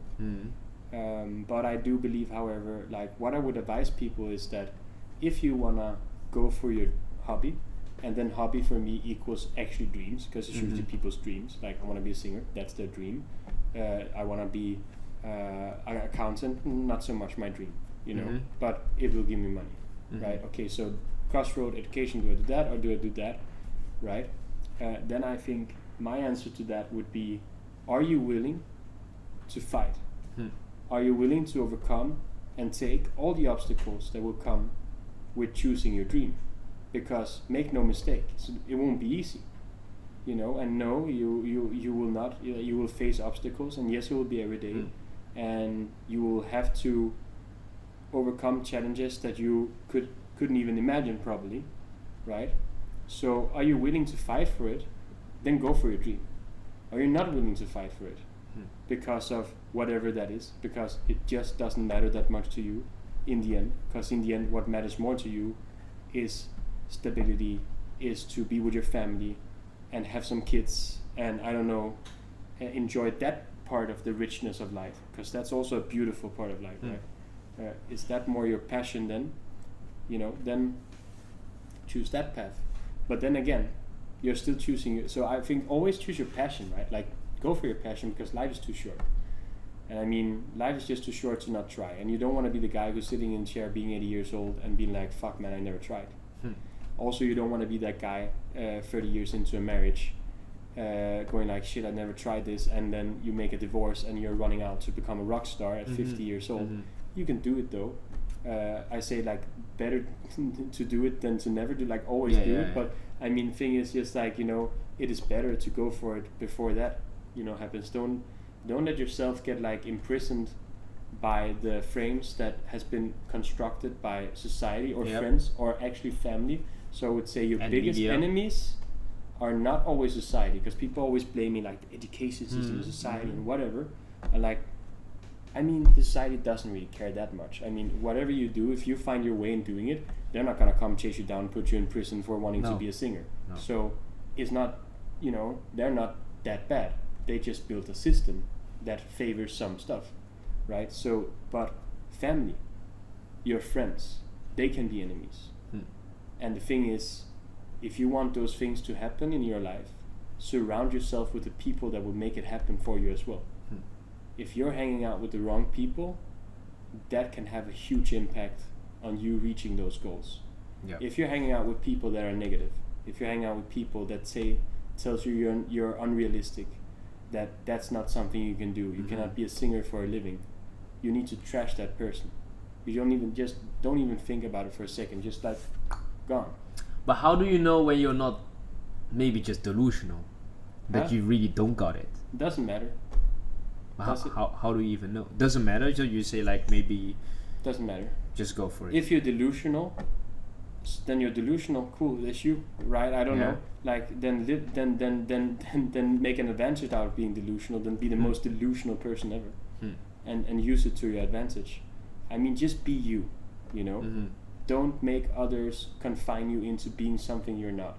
Allow yourself to be who you are and to chase the things that you want to do in life, because it will make you happier, and it will be tough, but it will make you happier, I believe that for sure, but with that said, not everyone gets what it takes.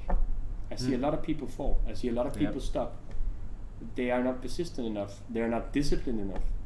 They just give up, it's hard. It is.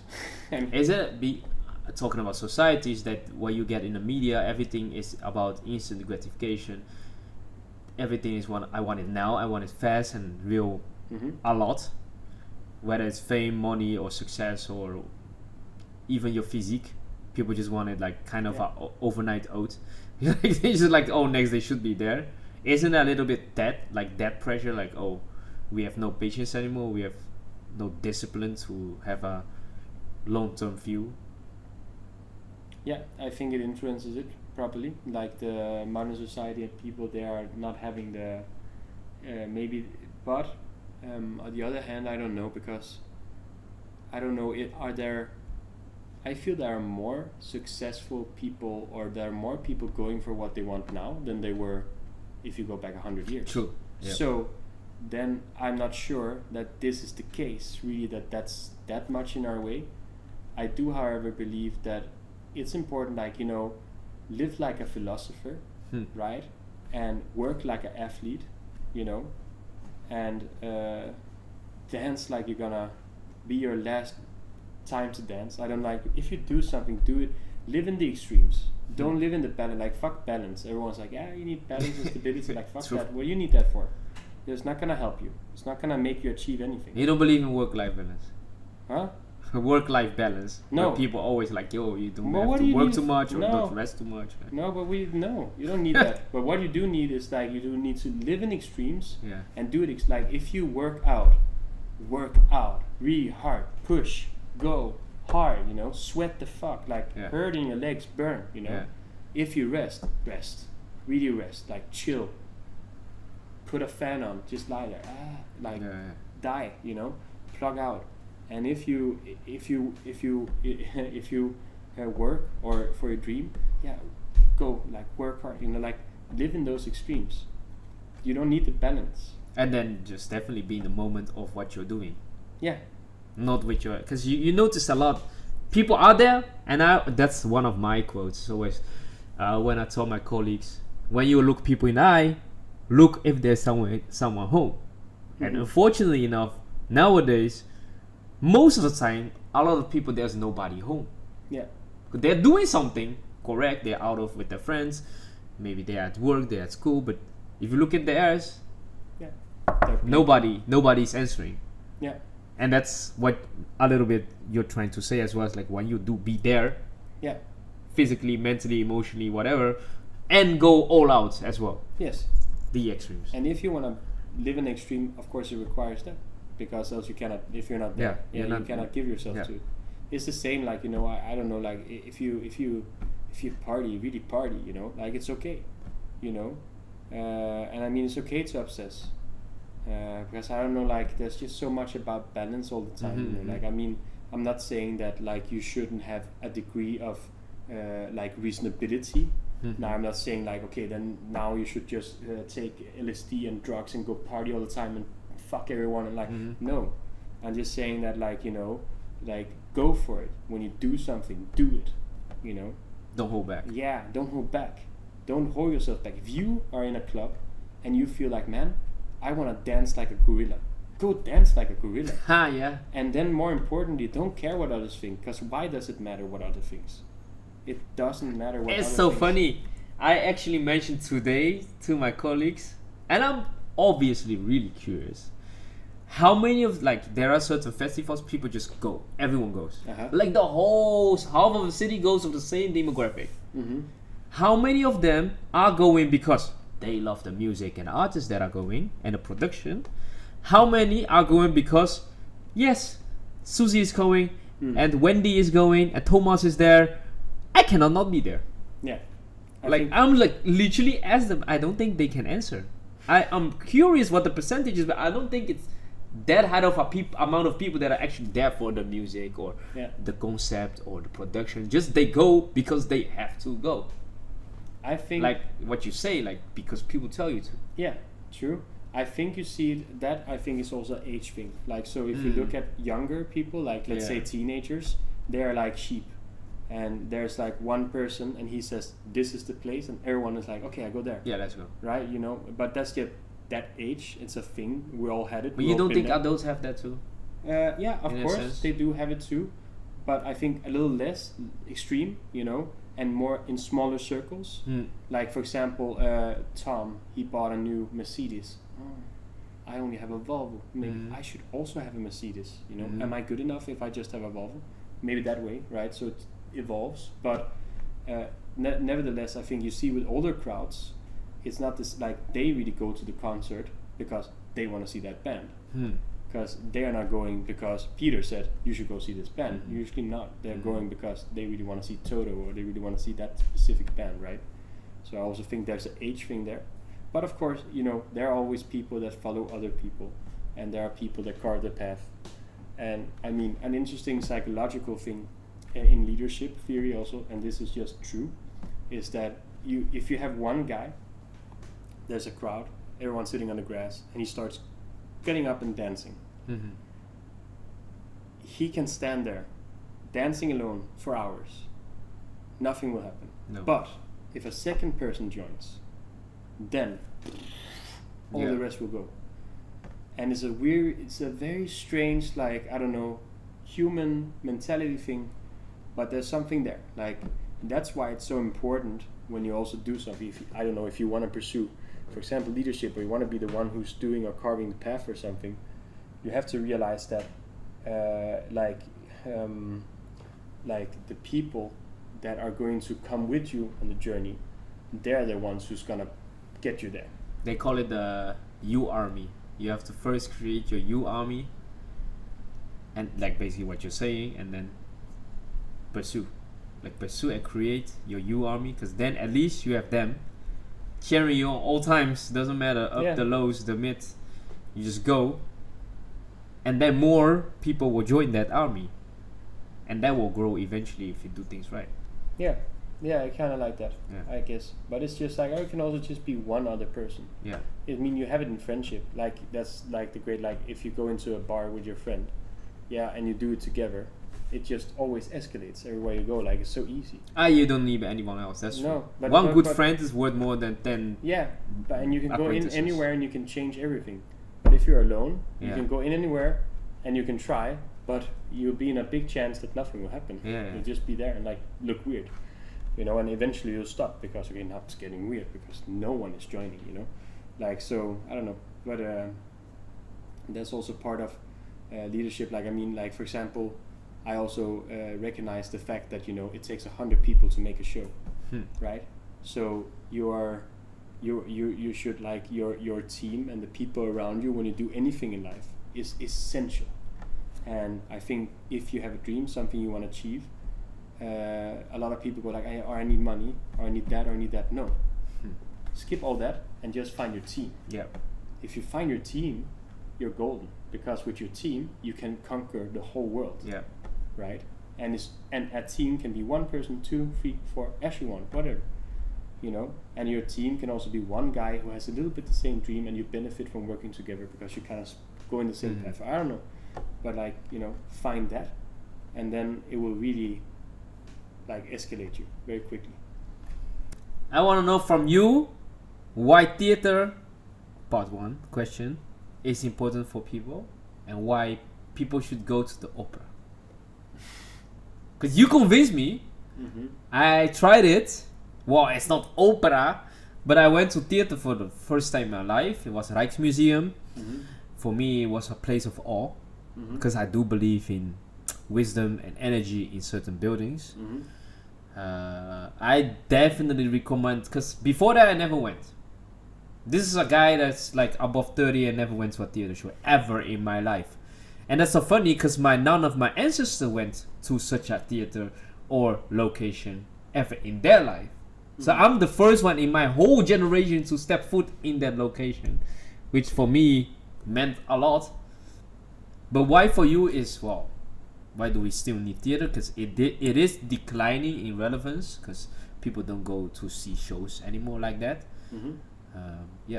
And you mean theater and museums and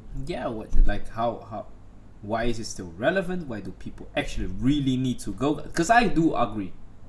I do agree. People should give it a try, even if it's just something small like a pianist or violinist, like a small play, like It's like you should try and read a book, right?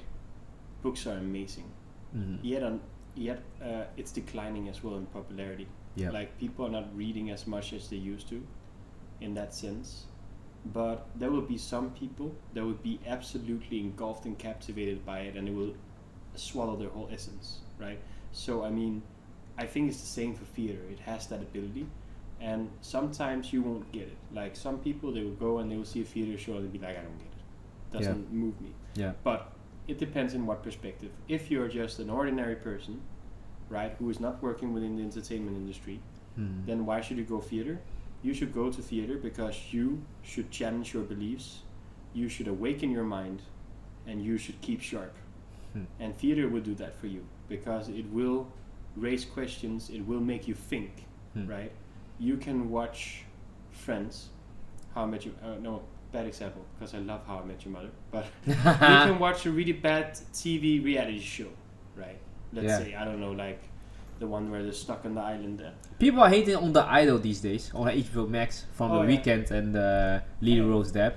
Well, I think people hate that. I think it's a cool concept actually with the music and everything. Same. I mean, but I think my point is like, there's a lot of things here. Or you can sit and you can scroll through your Instagram and look at like cute videos of dogs and and I get that can be nice and it can give you something. I get it. I'm not Funny saying that memes. it gives you nothing at all. Yeah. But you also need things that challenges you in life, right? I mean, a very good movie will challenge you. It will make you think. It will make you stop for a second and think, and then imagine that times 10. So that's theater, because theater is times 10 movie. Yes. Good movie. Yes, it's times 10. Why is that? Because it's in the moment, it's live, it's in front of you. You feel everything. You are there at the room. You smell the sweat of the actor on stage. You smell the perfume they put on of everyone there. You feel the heat of the lamp hitting your face. So all your senses are triggered and alive and responding. With a movie on a small screen, you don't have that many senses that are that triggered as they are when you are in a theater, right? And live performance, we all know it. Like if you listen to music live, there's a definite difference from doing it on Spotify. This is the same. If you see a movie live, there's a definite difference. Theater and shows are movies that are alive in the moment, right? So that's why you should do it, because I mean, if it really hits, it's 10 times what a good movie will do.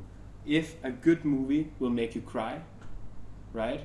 A theater show will have you fucking weeping, you know? If a good movie will make you think, a theater show will have you ponder your existence for 3 days. Because it will really hit you hard. And I think that's why you should go, because it is important to like, what's it called, like stimulate ourselves. And that's important for many reasons. It's important because stimulating yourself also means growing your intellect, growing your understanding of the world, and it means keeping your brain fresh. And I think all those things are like gifts, right? And those gifts you get from that. So that's my answer to why you should go to the theater. If you go to the theater as an entertainment professional, right, or an actor or whatever, or a photographer or whatever, like if you're in the entertainment, go to the theater, because the theater are the people who are doing the most innovative stuff. They are doing the experimentation, and you should go and see it, because maybe it will be weird and you won't really get the essence of the play or whatever, won't touch you, but they will do something that you haven't seen before really. That's like a little bit new or a little bit strange or a little bit other way to do something, and that will inspire you in your way of thinking when you're doing something else. So I mean, I feel that I am having a competitive advantage in a lot that I do, because my theatrical background is so strong, because I came from a place where experiments are the essence of everything, and I've seen so many experiments, and even experiments that are old I can use now, and people think it's the shit because it's new, and they're like, wow, you come up with that idea. I saw it when I was 10 at a play. Okay. You know, it's not that weird, it's not that new, I am actually copying exactly what I saw, kind of, Yeah, but and making a new way. But yeah. I'm just saying, like, so, like, I'm not copying exactly what I saw, but I'm very heavily inspired from that and using it in a new, taking and transforming it into something else, right, in a new context. But I mean, it's like, yeah. So that would be my answer to why theater, why opera. Opera is the most bombastic thing that exists. Bombastic. It's bombastic. It is Okay. grandiose. It is all the emotional levels played out to max, right? Maximum on it. Like it's more, you're like, ooh, it's like powerful as fuck, like, and I think that's something that in like grandness and bad, it's like so much expression, and it's also weird, it's also old, and there are also scenes in opera where you're thinking, why is he singing Othello still? Like, Othello, and like, oh, you don't get it, it's weird, and you're like bored for a while. But then there are also moments that will just blow you away, it's immense. And I think there's just something there that we have gone away from a bit, because opera is combining all the arts. So opera originated from the factor that you take music, you take song, you take dance, you take visuals, you take set design, and you take lights, and you take all these things and you put them together in one to make a grand spectacle, right? That's opera. That's the essence of what opera is. And now that is something that is very powerful, right? I just got a nice question. Yeah. Because obviously opera was for those who had wealth back in the days. Could someone of poverty understand opera? Is it related to IQ at all, or would you say unrelated? You have to be open for the opera. Open for the opera, it's about emotions in the end. What can help you though, if you are going to see opera, do maybe read a little bit about the background story before you go in. That is not because you need it, because else you won't feel it. It's not about that. But it's because opera is in another language, so you will not understand what they're singing about, right? So that's the way that opera has been, and that's how it still is. There's something very old school in that, but there's also something very beautiful in it. But the thing is that, like, just reading a couple of sentences about what the story is about will maybe like open you even more towards seeing it, I believe.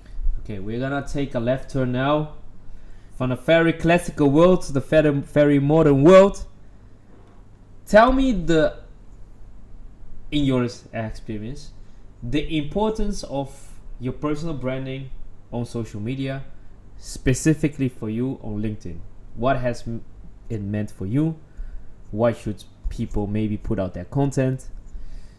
And what can you actually achieve? Because some people think, it wouldn't matter, nobody gonna see me. There are so many 10,000 people that are before me are doing it, so why would it matter that I put my little piece of content out there on the internet? I think the thing is that, there's a lot of untapped potential there for people. I think the thing is that it's like you should view it as a place where you can express yourself. So if you pick up a guitar, instrument, or write, whatever, it's tools to express yourself. True. I think something that a lot of people are afraid of in different forms or types or constellations of industry or whatever is that a lot of people, they're always concerned about, what if someone steals my ideas? What if someone doesn't like what I write? What if someone don't understand it? What if it's weird what I write? Like, and all these what if, or what? But first of all, what others think doesn't matter. Fuck them. Fuck them. Yeah. And what you will realize if you do it, you will attract all the people who will like it, right? The power of social media and what it does for your personal branding and LinkedIn, I think it's like when you put something out in the universe, you start attracting all that towards you. Social media is a very powerful tool towards doing that. So let's say that you are interested in making shows. If you put out content, write about content, and talk about content, and comment about content, and make stories about content that is all about shows, you attract shows. And you attract other people that make shows. And all of a sudden, you are building a network, and you're on the top of all these people's heads. So every time they are waking up and they're putting on their LinkedIn or Instagram or whatever, they come and they click, and the first thing they see is you posting another thing about shows. So now what will happen is they're in a meeting and something happens and someone say, we need a show. First person they think of is you, because you're the guy who popped up on their Instagram every day for 4 times, whatever, you know. And that is like something very powerful, and it doesn't have to be shows, but it can be anything. It can be, I want to be a clothing designer. If you're putting that out there, you see it now a lot with AI. A lot of people were like, okay, now they can generate a lot of images of beautiful fashion designs. Yep, very true. Right? And they put it out, and they're just attracting that. And they're beginning to get into the scene of fashion, and they're beginning to actually become clothing designers and actually get hired to make costumes, you know, and create clothing designs through AI. And that's just, AI is just a tool. You can also draw, you can also sketch, you can also whatever. Like everything is just in the end a tool, or Photoshop stuff together. It's all about like your aesthetic, your imagination or whatever. But the thing is, it always begins with you putting something out there. It's the same as a musician. If you make amazing music, you put it in your little room and you never get it shared with anyone, who's ever gonna notice, you know? Gotta put it out there. And I mean, like, that's the thing, like, you know, you attract what you put out. And if you put out stuff about a specific topic or something that you want, and you keep posting and keep putting out, like, eventually you will attract people towards you that are interested in the same kind of thing. You connect with them, and they have, and all of a sudden there you go, and you're building something. You know, you're building a world around you. And definitely agree on that one. But if you could surmise, because I think people always are hesitant to put out stuff. Obviously, like you mentioned, like judgment and people that maybe ridicule you or laugh at you, like what you're doing. Like, well, who do you think you are? Why would you like put out this type of stuff? Why would you wanna? Do you think you're famous? Why would you put these things out? How realistic is it for the average person to actually achieve the result you're talking about? For those people to notice your content, because I am a strong believer of the like comes to like. And if you do not put out there who you are, the essence of you, nobody who are like you will ever find you. So basically, the social media is the billboard space you can basically rent for free. Yes, for now it's for free. You can put out your stuff and people can drive by, pass on, or take notice. This guy is making shows. So for those who are still doubting, like, hey, like, am I too late? Should I start this? Is this something for me? And would I really matter? How realistic is it for someone to actually do get some maybe like jobs or assignment or maybe recognition for what they do by starting out? Yeah, I think it's highly realistic. I think though also you need to realize that not always does your first attempt gonna be perfect. So I feel that a lot of people, they put something out and they go, oh, it didn't work, and they stop. And like, no, you cannot do that. Just alter your strategy. Put something out. If you don't feel it's responding enough, do it in another way. Do it in another way. Do it in another way.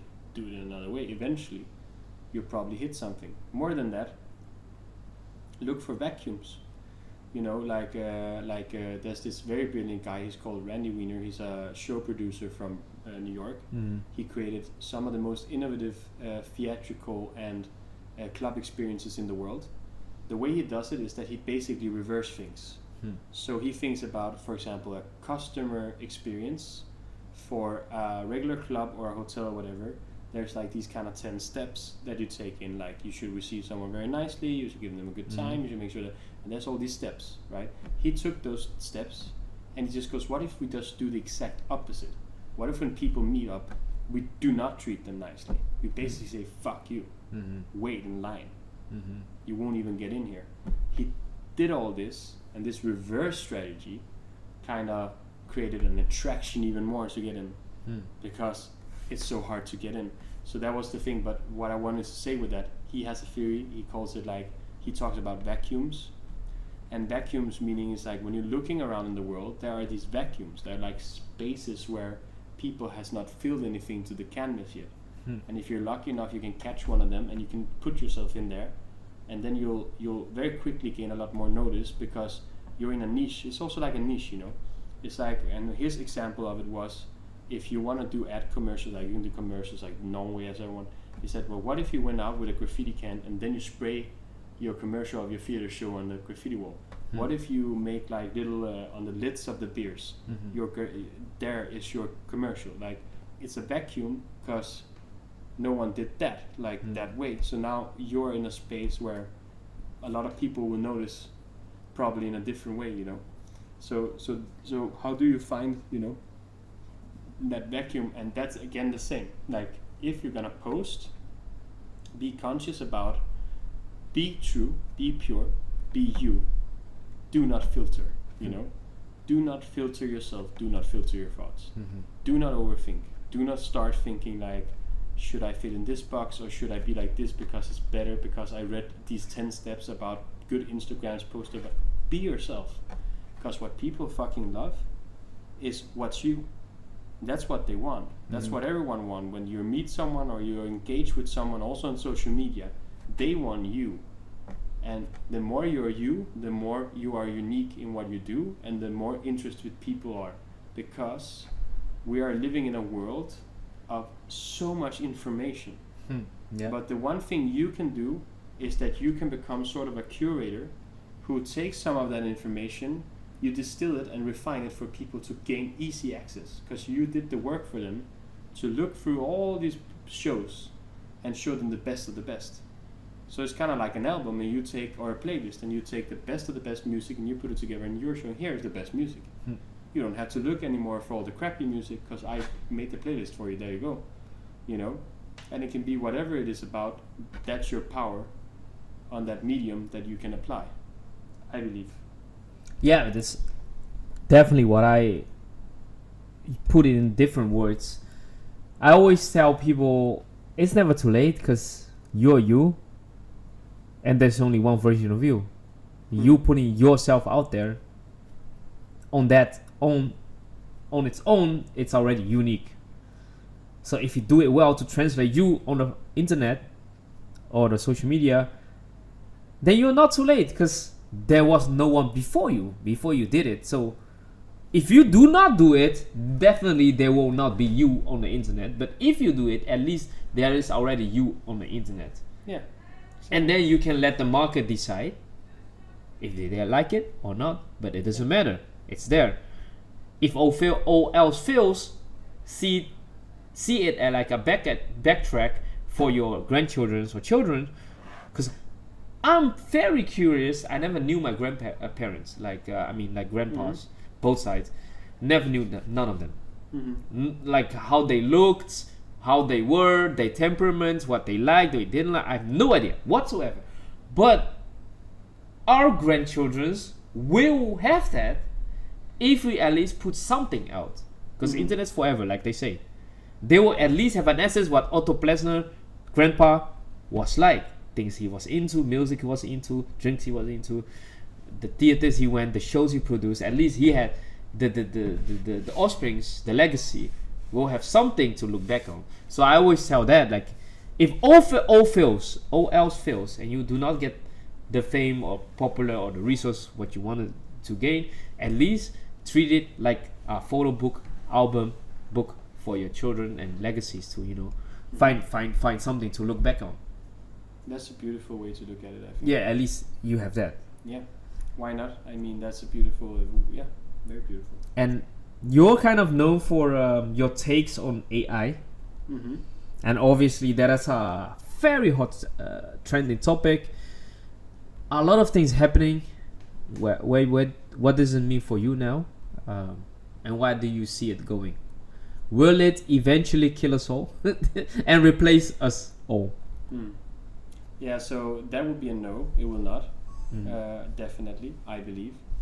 I think, well, I stand on different points about it, but I think, like, firstly, if you are afraid of AI, you should start reading more about it. So do your research, understand more about it, or just don't give a shit. It's up to you. I don't know. But if you're afraid and you really care, then dive deeper to understand what it actually is and how it actually functions, how it actually works, and what techniques and methods it uses to manifest itself.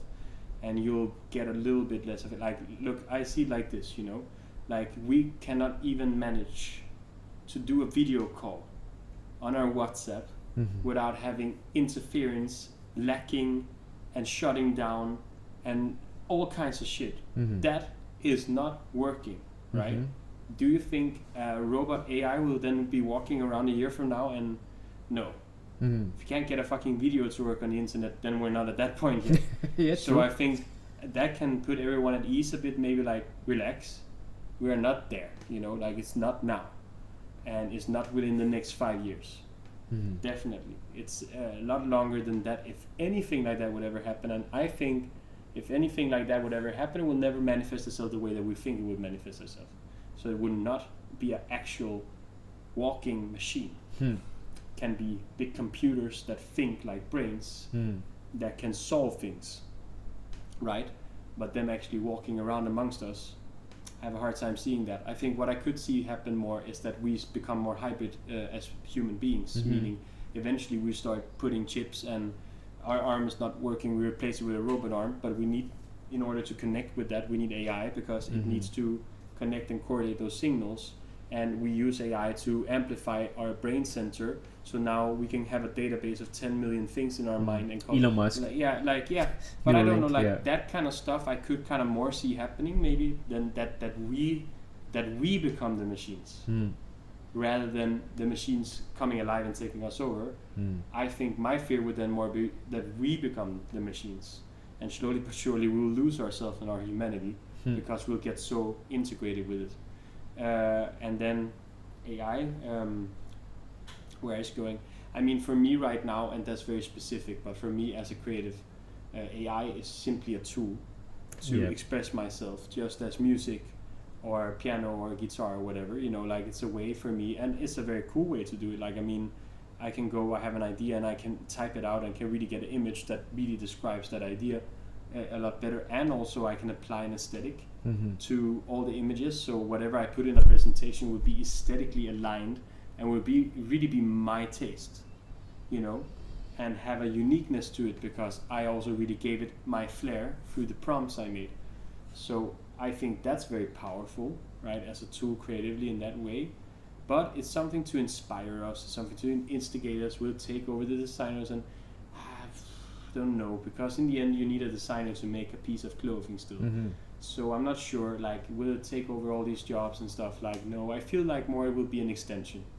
It will just make us better, improved versions of ourselves that are working faster because of it. Which is kind of the same with all the other tools that came towards us in the back in the days, right? So I think that's my take on it in that stand. You know, so I think, should we embrace AI? I embrace it because my feeling is that when shit happens in the world, it just happens anyway. You know, and then I can either be there and go like, no, stop, and nothing will happen. It will still just keep happening. It doesn't care because it's moving that big. And if the bigger part of the world is into it, let's say 90% of people are into it, I can't do shit about it. I mean, if it was just 10% of people are into AI, then I could maybe actually have, you know. So I feel like better to go with it, understand it, and get into what it actually is. And then also, if it becomes a problem, you will be better in that discussion of stopping it, because you will have debatable and knowledgeable powers to actually put down your foot and explain an argument for why you should not implement it into a security system or do this and do this with it, because you are now at deeper knowledge with the AI, right? So then in the end you have to sort of embrace it. It is coming, it is happening, embrace it, try and understand it, and be with it, or be in the middle of it, doesn't matter. But do be aware that of course it is coming and it will be a thing. But don't be afraid, I think. It's so funny, and there was a young person that talked to me about this. What she basically surmised about the AI evolution up until now, she said it basically kills all the basic steps that you would require to create your creatives, because now people use, whether it's copywriting or imagery or film, like with stable diffusion like training, or 3D modeling or gaming, all of these need actual, like before AI, years and years of experience and trial and error to know what you're doing, and then maybe you can get something decent that people wanna maybe interact with. Before. Now, if you're like going back to the beginning of this talk, if you can see it or hear it and visualize it and already feel it, the experience, what you want to translate, basically eventually it's about the message and the content you want to portray, right, as artist. The AI cuts all the beginning hours, the beginning years, and you can just start doing what you want to do, and then to a greater extent that it looks good, that sounds nice, feels right, and the text just makes sense, like the copywriting, and it just eliminates all the steps, and we get to skip all those steps, and then those who are good, like you said, like they know it or they feel it, they are good, they will bleed through, like they always say, like the talents will always bleed through, the creme will reach to the top, and it just gonna enable equal playing field to those who are really good to shine eventually. I'm not sure that it eliminates the years before, right? I'm not certain that that's what it does, because I feel that it can never do, like, I mean, someone who draws and visualizes something amazingly, Midjourney will never be able to beat.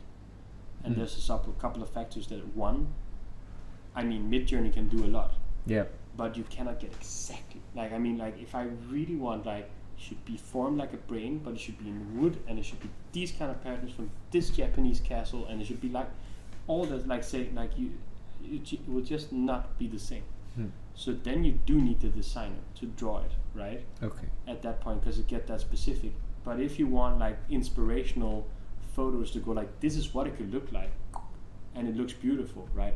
I think it becomes maybe more a problem for stock photo stuff, like stock, you know. Yeah. But in the end, it's also like, you know, there's an originality, because what we shouldn't forget, I think, in all this is that, like, the most beautiful thing is the mind of the human. We can be so fascinated sometimes with AI and like, wow, it's so beautiful, so cool, you know, and it's not that cool. Like, it's cool, but what's really cool is this, it's the human mind, because the human mind has such power, and all the knowledge, and it has recreated the AI. The AI did not create us. We are the people who have concepted that, right? And so much more. And you know, before AI, all that AI can do, we can do. There's nothing AI can do that we cannot do. Da Vinci was doing it, right? We have been doing all what AI has been doing for us for years before. Like, I mean, and back in the day in 1990, where there was no computers, no sketch programs, no drawing, like whatsoever, none of that. People, they drew the airplanes by hand. Right, and they built the airplanes from handmade drawings and technical drawings. They did that, right, and it worked. We were flying, man. It was not a problem. It was going pretty well, you know. So you don't need the machines. You don't need all this. The only thing that it applies to us, and the only thing that it gives us, is just it gives us optimization. It gives us efficiency, and it makes things go faster. You know, easier. It's easier as well. It makes you skip a lot of stuff that maybe before you had to like sit and calculate yourself and spend 8 hours on doing, and now you skip it and you go directly to the thing, right? So that's what it does. But let's not forget that in the end, it is this. That is the thing, you know. That is the main. All right. To wrap things up, what would you say to the kid or young person, and maybe he's also sitting in the back of the classroom just drawing around, making crazy animations on a paper, and people call him weird? What would your biggest advice be for that person going on if he just feels like, yo, the world hates me, everyone is against me, no one understands me, what do I do? I think my best advice to that person would be learn as fast as you can to not care what others think about you, because what others think about you will never define you. What defines you is what you think about yourself. So always paint the most beautiful picture you can about yourself, and love to love yourself, and love to be yourself, you know, and be brave enough to be you, even when it's hard, even when people give you shit for it. Still be yourself. Don't let others take that from you, because you are the only one who has the power to keep that for yourself, you know, and don't let others steal that. So learn that, and learn that it doesn't care. What does it matter? What can they say? They can say nothing. They can hurt you, but if you're hurt, you're allowing yourself to be hurt. You can also choose not to be hurt. You can ignore it. You can go like, you cannot hurt me. I don't care. You can learn to just don't take it in. They're just dumb. Don't listen. Yeah. You know, they're jealous because they can't draw, because they can't make music, because they can't do this, they can't do that. You can. That's why. That's why people are doing that to you. Is usually because they're jealous, and then you should actually start learning to feel maybe sorry for them. Like, I feel sorry for you that you feel undermined because of that. You know, I don't know. Like, but just like fuck that. Fuck what people say. Yeah. Ignore them, and be true to yourself. I think that what I would tell that kid. Yeah. That's very well said. Couldn't agree more. Actually, that's the thing between us three, like me, you, and Yarto. As I always say, like, yo, let's find a pure light. Cause that's the thing you can only, you know, at least get drawn to, but you also can shine upon others. True. And then if you find these people, like, and this guy, it's so funny about Otto, and I just have to say, like, it's because he thinks and you see the world in a very different way than I think normal people. Because let's be honest, people that are very, very super creative are abnormal in the sense of that you're extraordinary. And the rest is here, and I know your viewer, and like everyone's creative and like very egalitarian, so it's equal. I don't think so. I do think people have actual talents in certain stuff, and you definitely see the world in a different way. But the thing is, it's always that's why we say pure light, and it just, you know, the pure people, you just like have good intentions, you wish well on everyone, and it's a fair playing field. Everyone can be your friend, and not everyone is your enemy, and that's definitely just the essence. And I would say, like, that's kind of what we talked about a lot during this podcast. And yeah, man, find your own pure lights in your life, I would say. Yeah, definitely. Like, yeah, pure lights make your life better. And maybe share some tequila with that person. Yeah, do that. Yeah, and then it can all be nice. As Yardo always says, remember the love. Remember the love. Yeah, man. Thanks for the talk. Yeah, we'll definitely have pleasure. Many more when you have time in the future. It's gonna be a busy period for you. And now, tequila. Now tequila. Yeah. Thanks for tequila for you, tequila for you, tequila for you. You don't see this, guys, but there's like 20 people around us right now, right? Like, it's crazy. And yeah, man. See you in the next episode. Maybe less tequila, and have a great one.